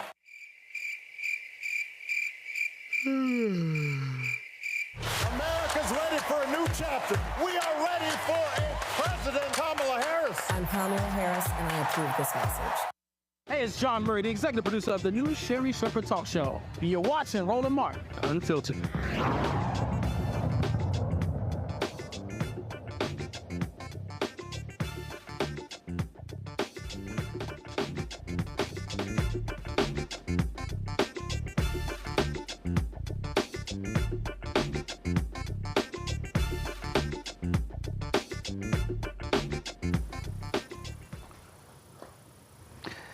You know, I guess this is the they can all go to hell part of the show.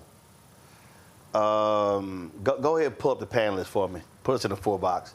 This really, I think this probably is the they all can go to hell part of the show. So on Saturday night, Vice President Kamala Harris, President Joe Biden, they addressed the Congressional Black Caucus Foundation, ALC, at the Phoenix Awards.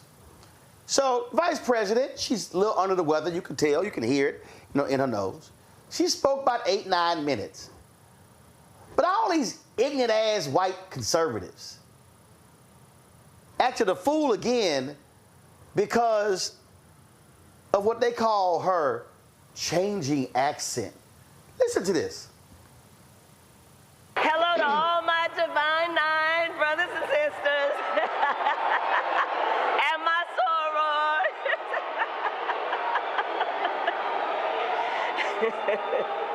And to all my HBCU brothers and sisters.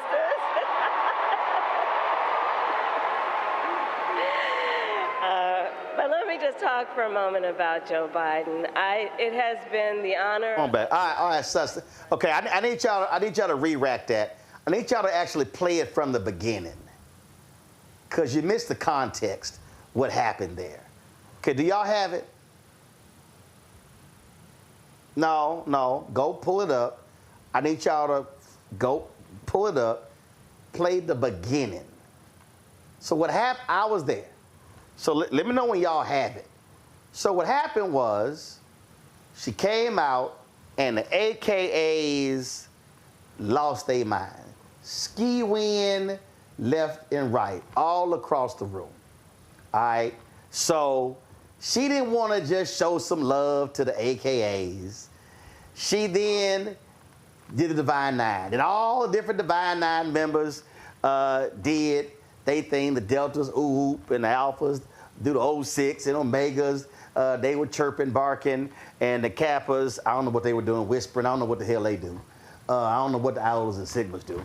So that's what happened. So let me know when y'all have it, okay? So it was a funny moment because she was trying to be inclusive and was really laughing at what the AKs did. So it's the full content. Go ahead, please. CBC.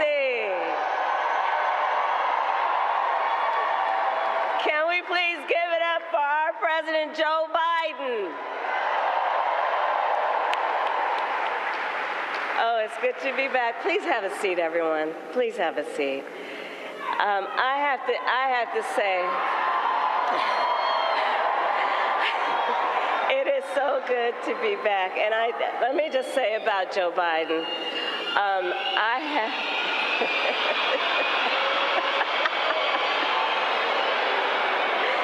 hello to all my Divine Nine brothers and sisters and my sorors.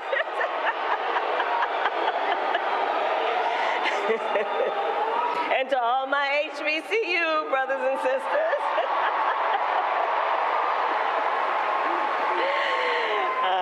But let me just talk for a moment about Joe Biden. It has been the honor of my lifetime to serve as his vice president. And I'll tell you, I have... All right, so all these silly-ass white conservatives talking about, oh, how she's changing accent. They did the same thing when she was talking to the UAW workers in Michigan. And these really are some stupid people, Mustafa. They clearly don't know black people. They don't even remotely understand black people. The fact of the matter is, depending upon what we're talking about, how we're talking, it might be a different tone that we use. It's what black people do. We don't talk the same in every single instance in terms of how we talk. They were mad at her because she wasn't fully enunciating and pronouncing words. I'm like, literally, these are about some of the dumbest ass people I have ever seen in my life.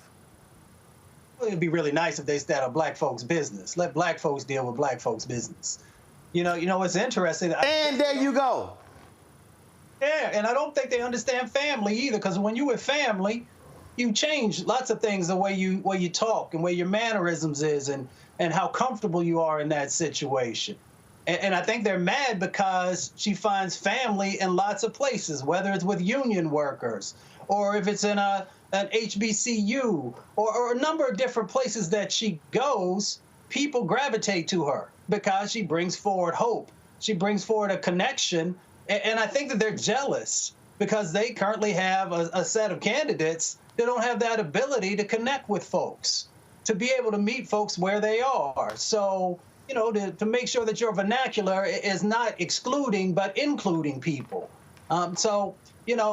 They really should just stay out of our business because they've never done anything to help our communities, but yet they want to continue to critique our communities and the leaders in our community. So we can handle our own business. Why don't y'all take instead of trying to get rid of Black history classes and books that have information in it and videos, maybe y'all need to sit down, take some time, and actually learn more about our culture and how we flow. See, I think right there, Randy Mustafa said it best. White conservatives, stay out of black folks' business.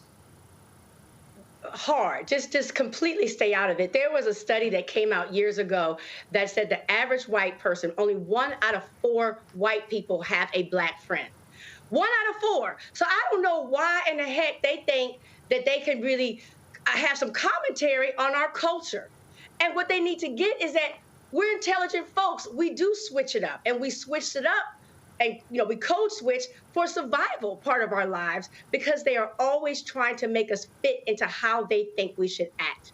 There's was a line in The Color Purple that said, some folks don't like to see black people too proud or too free. is essentially what it said.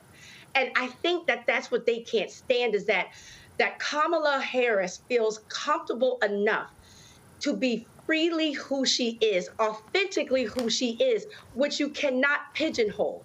She feels comfortable just being with her sorors and shouting out her HBCU folks and just being Black and talking the way we do, as Mustafa said, when we're with family. And they can't stand it because they have, for years, for decades, for centuries, made us feel as if when we went out in places and we were around them, we had to act like them, talk like them, to be seen and respected.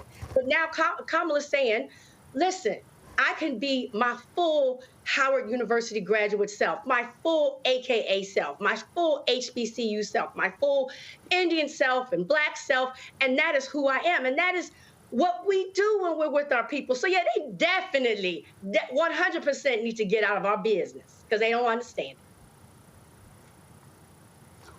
it. And the thing is, I mean, the reality, first of all, Joe, I keep seeing a lot of people talk about she code switched. No, she didn't.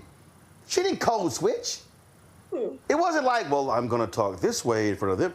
No, she was responding. It was humorous. And so I just think that part of this thing is, do you. That was a brother, Joe's name, Tom Wilkins. Tom died last year. And I love Tom because Tom was about 6'5". Tom was dark skinned. Tom was always ashy. Like Tom was forever ashy. I just always think, damn, Tom, you gotta just keep a supply of lotion. So Tom didn't get, first of all, Tom's favorite fur was motherfucker. Him and his wife owned a computer company. He used to always wear his baseball cap, like sit on top of his head, like pointed up. And Tom didn't care. Okay? Tom would go to meetings, and Tom would be with white folk. He'd be with Black folk, and Tom was the same. Tom might drop an MF. Tom didn't give a damn. In fact, Tom died. They buried him wearing his cap. Tom did not care. His whole deal was, I'ma do me. And then Michael Williams, good friend of Tom's, mine as well. And he would tell Tom, you gonna wear that hat? Tom like, I don't give a damn what these white folks think. Tom was a millionaire, didn't care, served his country in the military, and was like, they all can go to hell. But I always loved it because he was hilarious, because Tom didn't give a damn. And so the thing is, they have no clue about Black people. They have no understanding about Black people. And all they do is whine and complain. And for a lot of these white folks, conservatives and liberals, they gotta understand, we not always giving a damn what they think, Joe. Yeah, I mean, when you're at home, you let your hair down, right? You do the things that you want to do. You're comfortable, you're at ease, you're relaxed. Most of the time, those of us that have to make it in these, majority boxes, we have to speak a different social language. And frankly, that's what makes us marketable. That's what makes us valuable.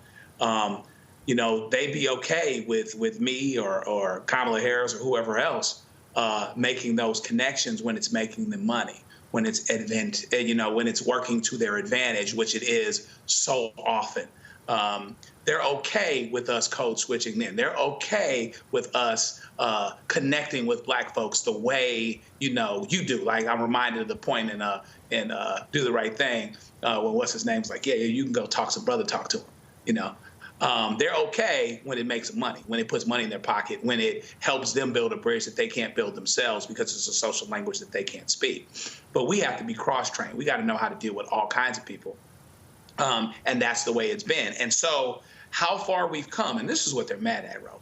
This is how far we've come, that somebody on that stage can go there next to the president.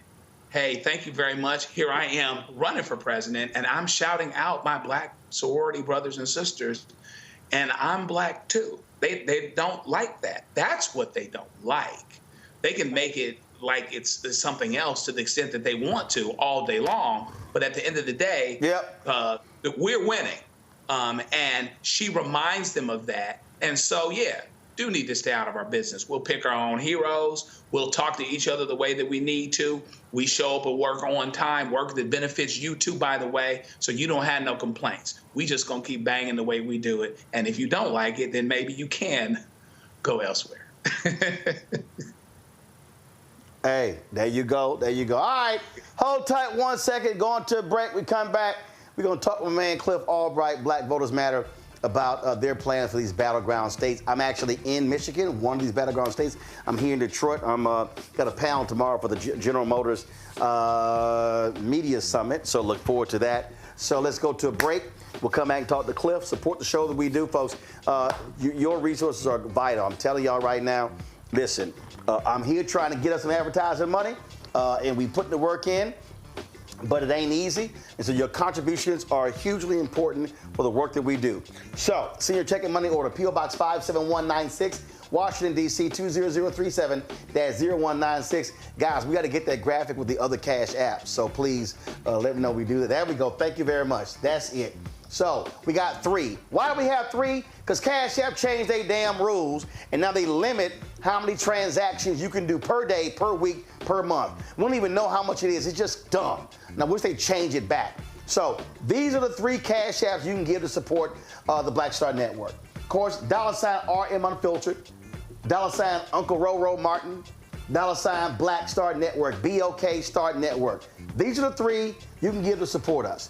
Also, PayPal, R Martin Unfiltered, Venmos, RM Unfiltered, Zelle, Roland at RolandSMartin.com, Roland at RolandMartinUnfiltered.com. We'll be right back. He told us who he was. Should abortion be punished? There has to be some form of punishment. Then he showed us. For 54 years, they were trying to get Roe v. Wade terminated, and I did it, and I'm proud to have done it. Now Donald Trump wants to go further with plans to restrict birth control, ban abortion nationwide, even monitor women's pregnancies. We know who Donald Trump is. He'll take control. We'll pay the price. I'm Kamala Harris, and I approve this message.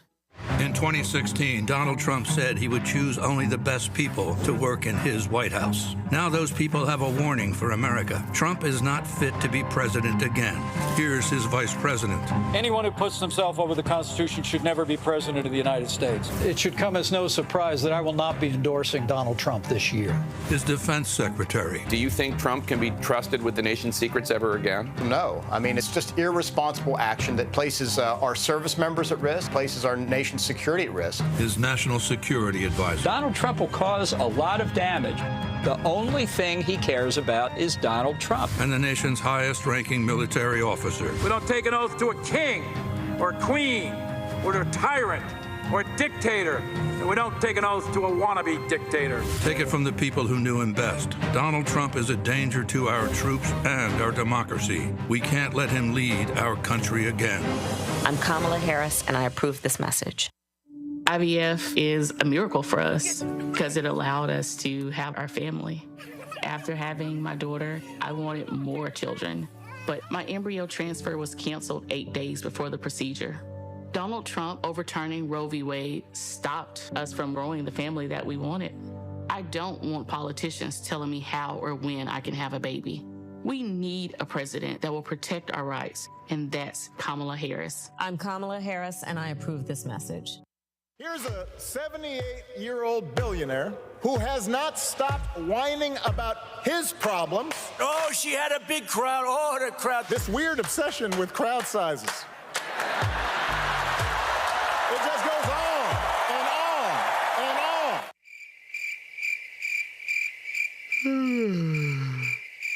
America's ready for a new chapter. We are ready for a President Kamala Harris. I'm Kamala Harris, and I approve this message. The overturning of Roe almost killed me.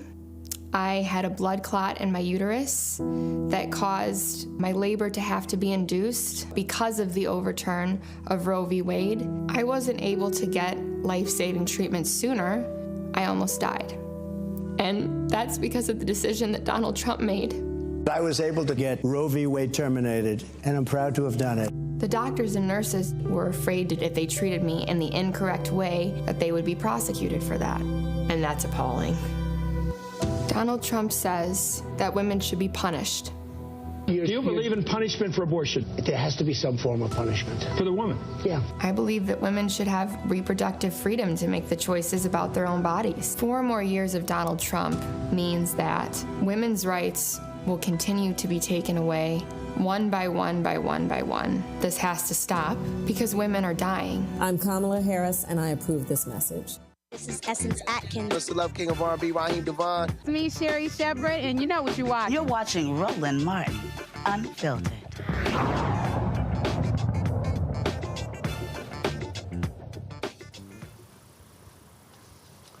All right, y'all, Black Lives Matter. They've been out in these streets all over the country, focusing on getting people out to vote. Their goal is to spend $15 million in battleground states. Joining us right now is Cliff Albright, co-founder of Black Voters Matter. Cliff, glad to have you here. Let's talk about this investment. It really, I was having a conversation today with someone, and we were talking about advertising versus spending on the ground. And what I said is, I'll be honest. I think part of the problem, and I've said this for years, that a lot of these campaigns, a lot of these PACs, a lot of these parties, they spend so much money on media. And we're in media, and I'm not saying media is not important. I said, but you sort of reach a point where you've oversaturated the market with television ads, radio ads, billboards. At the end of the day, though, you got to touch people. You got to actually be going precinct to precinct. You got to have a strong ground game. That's really the difference between winning and losing, not who runs the most ads on the air.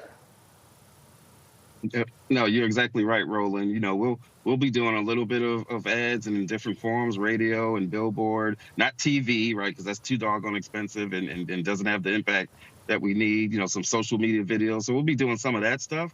But the majority of our spend that we'll be doing in these battleground states, it's on the ground, right? It's going towards things like door knocks. It's going towards phone banks. It's going towards texting. It's going towards like special events, like our bus tours. Our bus has been rolling all over the country. Even just today, we were in Georgia at a couple of places, up in Philly at a couple of places. And that's not to mention our baby buses that we have rolling around. And creating excitement, right? At the end of the day, it's about the information, it's about knowing the laws and being able to get past the voter suppression, but it's also about creating some kind of excitement to make people want to participate. And not just to make people want to participate, but to make them want to go tell 5 people, tell 10 people. And so we're putting the vast majority of our spend on the grounds, in the streets, at these events, polling place parties, special concerts and tailgates to mobilize voters and all of that.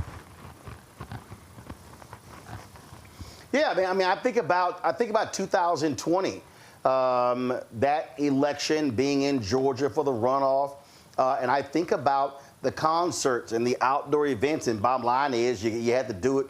It was like drive-in movie theaters because everybody were in their cars or sitting outside of their cars. But the bottom line is, you were touching people, you were reaching folks, and again, it's studying data. It's looking at precincts and looking at how many people in this precinct voted compared to the previous election, and therefore that gives you a roadmap of how you can actually touch folks and get them out to vote. And it's just old school politicking. On Sunday, I dropped by the folks in Loudoun County. They asked me to go speak to a group that was canvassing a neighborhood before they went out, and that's exactly what they did. That's how people get over the hump. When you start looking at these elections and these polls and how close things are, it's by the margins. And guess what? 300, 400, 500, 1,000, that makes a huge difference in close elections. And that's exactly right. And that's also the reason why you and I have talked about this before, why we don't just do what we do. And when I say we, I want to be clear, we work with a whole bunch of partners. We have over 600 partners across the 25 or so states where we do work, 12 of which are the focus of this spend that we are talking about, right now, this focused battleground spend. And so, but we got partners all over this country. And so when we do this work, when we do our bus stops, when we do door knocks, all of that is being done with these local groups. It's groups that you all know. It's your local neighborhood association. It's your church. Sometimes it's even an NAACP chapter or some other organization. But and sometimes it's national partners. Like we'll roll on a bus tour with some of our national partners. And so that's what I mean when I talk about what we do. And we do it in places, not just in urban areas, but also in the rural areas. Because to your point, being able to get an extra 500 votes here in this county, an extra 1,000 votes here in this county, even if we don't wind up winning that county, that collective impact of the urban areas, the rural areas, the mid-sized cities, that's how you change a state. That's how you create a Georgia. That's how we're going to flip North Carolina. That's how we're going to shock people in some of these states where, quite honestly, people are really underestimating. And you said 12 states. Now, of course, at the presidential level, they're talking about 7. So what do you see as the battleground states? Yeah, I mean, you were talking about the usual battlegrounds for the presidential that you hear about. Of course, you got Pennsylvania and Michigan and Wisconsin and Georgia and North Carolina. But you got some other states that are not only in play, or important because of a presidential contest, but as you know, we got these Senate races. And so we're also putting some of the spend in places like Maryland, right, where we know that we've got a chance to get a black woman senator in addition to Delaware. But Maryland is the one that we have included in this spend. Also, even Florida, like people are sleeping on Florida. There's an opportunity in Florida. And let's be clear, even some in the Haitian community in Florida that, traditionally aren't very active, because sometimes you have a feeling of, all these elections, that's not our thing. We're new immigrants, right? They're up in arms about this Springfield, Ohio stuff. So there's an opportunity to really engage people that haven't been engaged before. So, we're looking at Florida, we're looking at Texas even, right? Because at the end of the day, nobody likes Ted Cruz, and so anything's possible. And so, and then Ohio, of course, with Sherrod Brown is because as you have often talked about, it does us little good if we get Kamala Harris in there, but we don't have control of the Senate.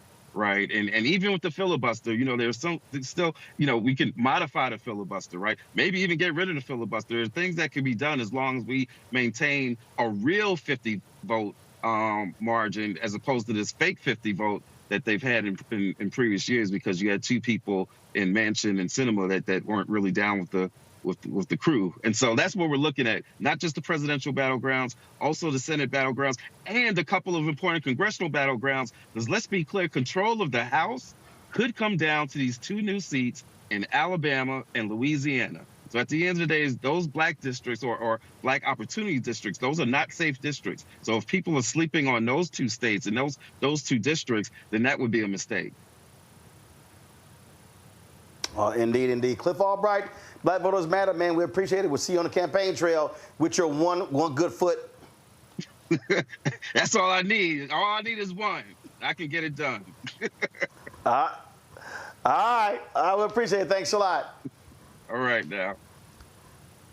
Folks, today, Vice President Kamala Harris was in Philadelphia taking questions from 3 members of NABJ, asked her a series of questions dealing with reparations, dealing with the economy, dealing with a variety of issues. And here was one of the exchanges. Joyful warrior has been used to describe your campaign. You didn't see that just a minute ago, though.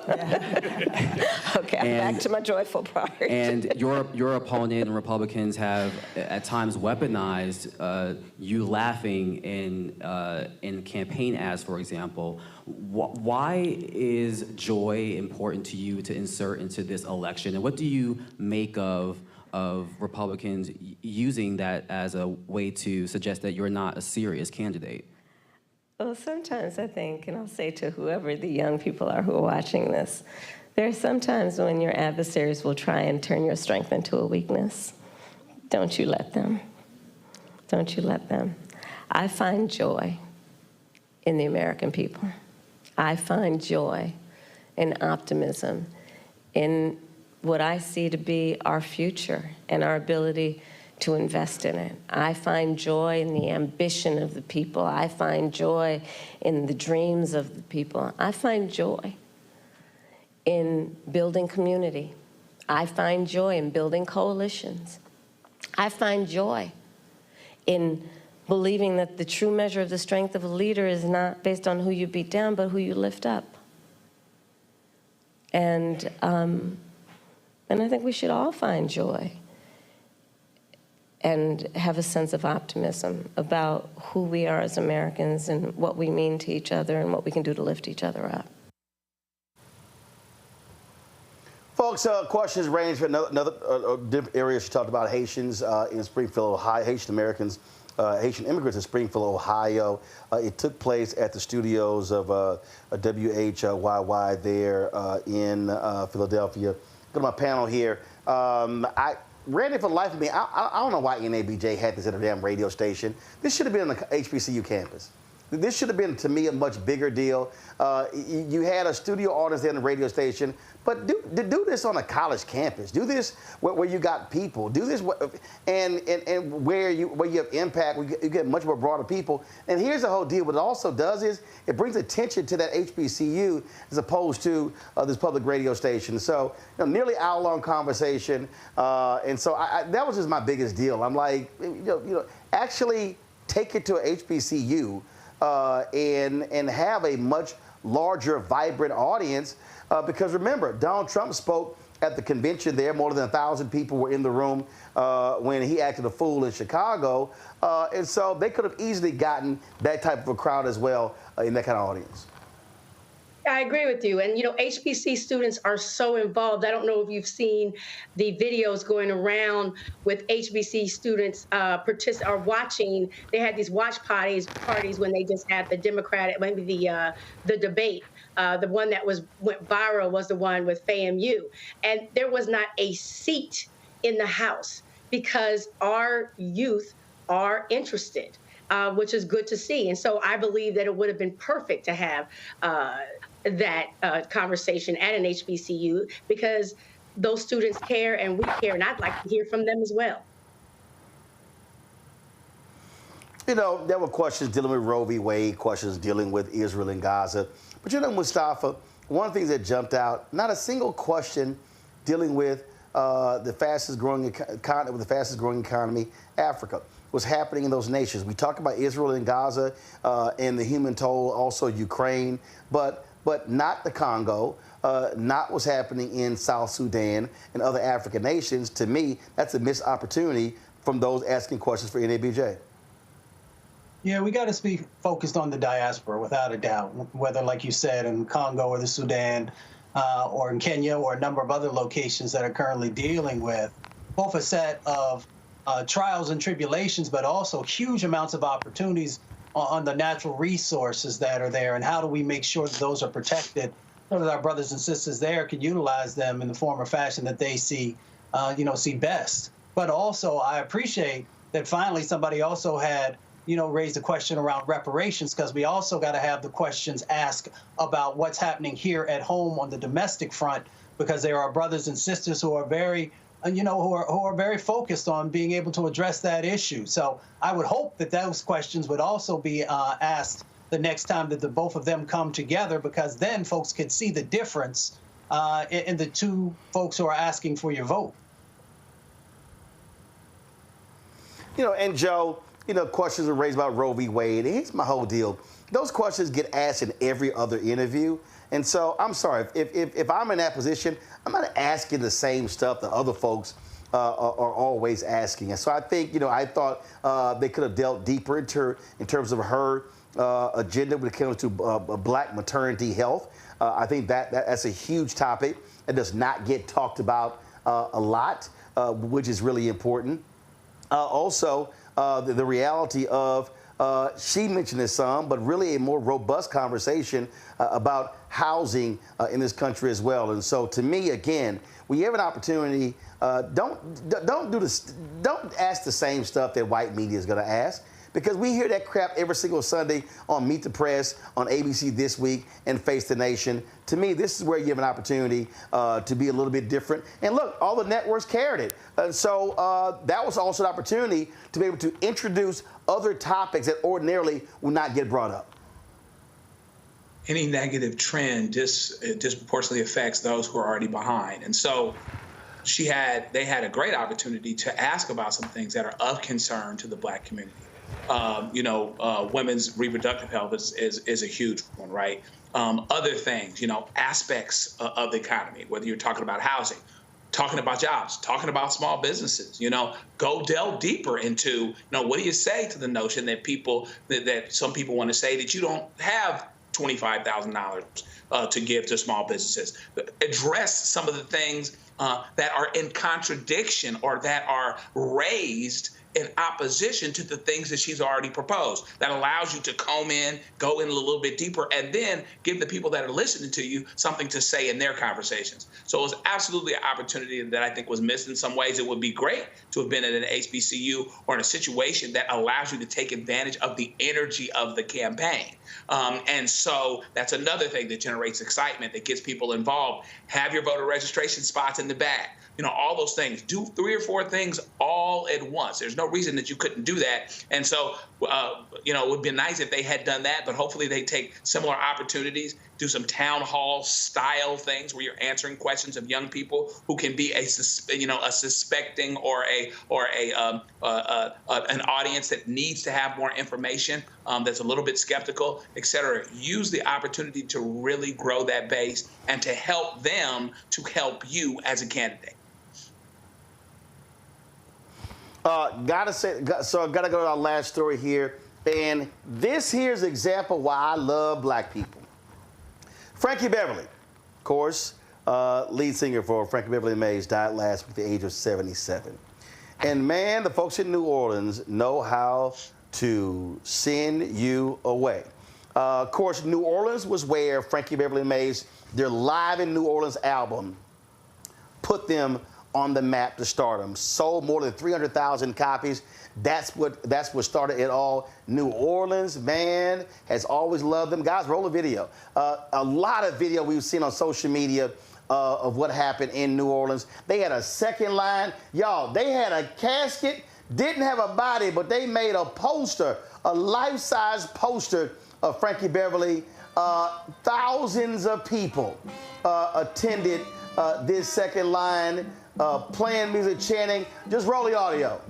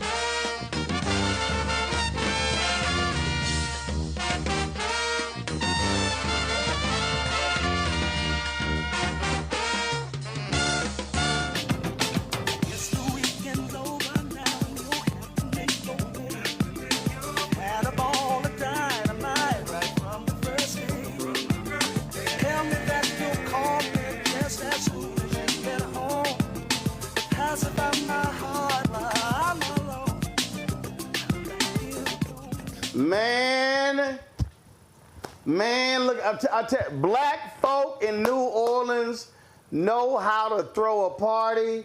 All across the city, they celebrated the life and legacy of Frankie Beverly with the second line. Man,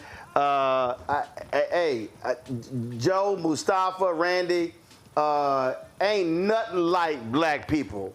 And ain't nothing like black people in New Orleans. Nothing. That's right. You said it again. You said it twice. Real talk. You know, when they say that we don't have culture, all you have to do is look at New Orleans. I lived there before. When someone is transitioning, you know the ancestors are smiling because they are surrounded by so much love and upliftment. So all you got to do is look at New Orleans, and you get the opportunity to see us at our best, to see our culture at its best, and to actually know what black love actually feels like. Yeah, this is what you call indeed. Yep, absolutely. It just amazing. And again, this Friday is called a Whiteout Day in honor of Frankie Beverly. I posted on my social media. They're encouraging everybody to wear white on Friday in appreciation of Frankie Beverly. This weekend, Jackson State, at their football game, man, again, y'all know how we do. When Before I Let Go, they played, which I've always said that Before I Let Go is the second national black anthem. Behind Lift Every Voice and Sing, that's the second national black anthem. And I keep telling everybody, folks keep talking about swag surf. I said, no, swag surf got to be around at least another 10 years. To see, if we still swag surfing in a decade, I'll let that become the third national black anthem, but it ain't there yet. Y'all got the Jackson State video ready? Yo, this is the crowd this weekend, 30,000 folk at the Jackson State football game.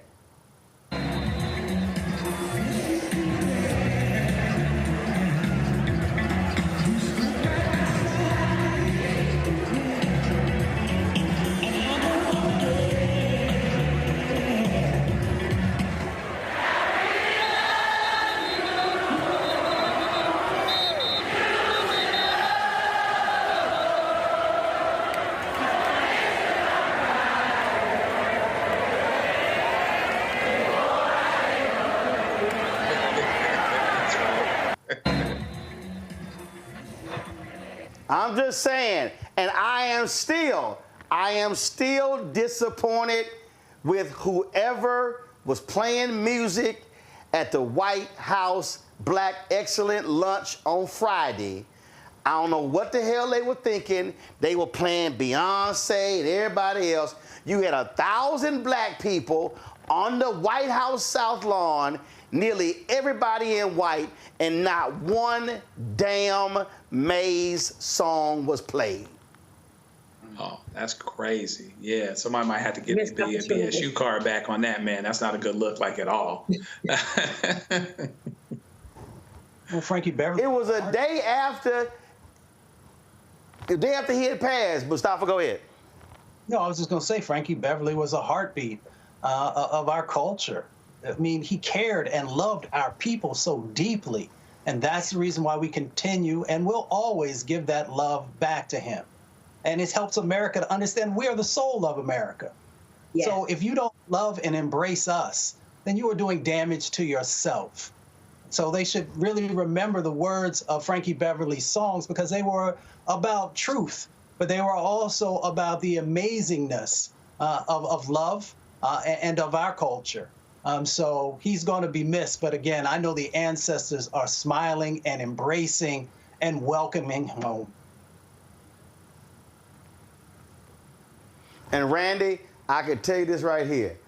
Is white folks who are trying to figure out, man, who the hell is Frankie Beverly? And that's a perfect example of when you don't know nothing about black people. And if you don't know, stay out of black folk business.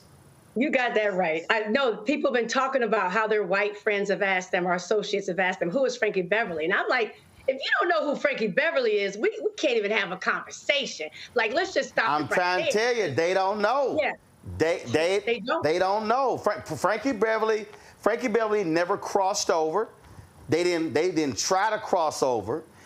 Frankie was like, hey, we gonna do our thing, and we don't care what y'all gotta say. And they were absolutely about blackness, black love, black appreciation. They wasn't changing their sound. They were blackity black, and that's what made black. I keep telling people, listen, the Commodores, the OJs, the Spinners, the Temptations, you could throw in Drew Hill, Jodeci, Harold Melvin and the Blue Notes. You can throw in Heat Wave. You could throw in Confunction. You could throw in Earth, Wind, and Fire. Any number of these groups, amazing groups, groups that have sold millions of albums, groups that have won all sort of awards. But there is no group that has the cult-like following of Frankie Beverly and Maze. And I keep telling everybody, white people got the Grateful Dead and Fish, P-H-I-S-H. We got Maze featuring Frankie Beverly. That's right. Just saying. All right, we got to go. Mustafa, Joe, Randy, I appreciate it. I'm going to give me something to eat downstairs, and I'm going to have my headphones on. I've been jamming Maze all day, and so that's how we do it. I was on a plane just sitting here just grooving. Hold up real quick. So let me ask y'all this here. Let's see if y'all really see it. So which album do y'all like best? Maze live in New Orleans, Maze live in L.A.? Mustafa, you first. New Orleans. Joe? I'd have to say New Orleans, even though I'm from LA, because New Orleans is the one that kind of started the immortalization. So it just is what it is. Yeah. Randy? I'd have to agree. Mine is LA.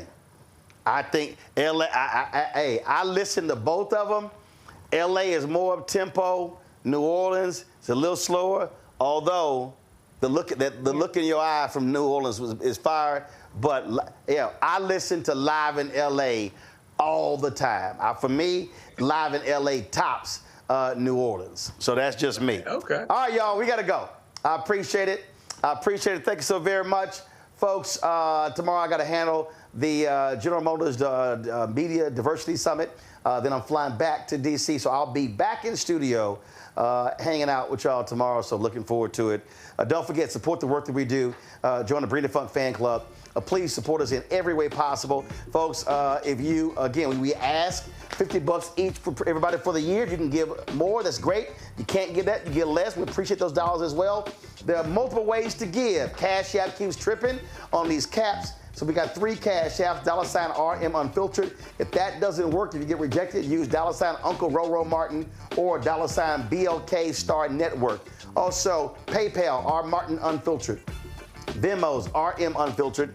Zelle, Roland at RolandSMartin.com. Roland at RolandMartinUnfiltered.com. Also, download the Black Star Network app, Apple phone, Android phone, Apple TV, Android TV, Roku, Amazon Fire TV, Xbox One, Samsung Smart TV, and of course, be sure to get my book, White Fear, How the Browning of America is Making White Folks Lose Their Minds, available bookstores nationwide. Get the audio version on Audible. I'll see y'all tomorrow. Have a great one. Holla!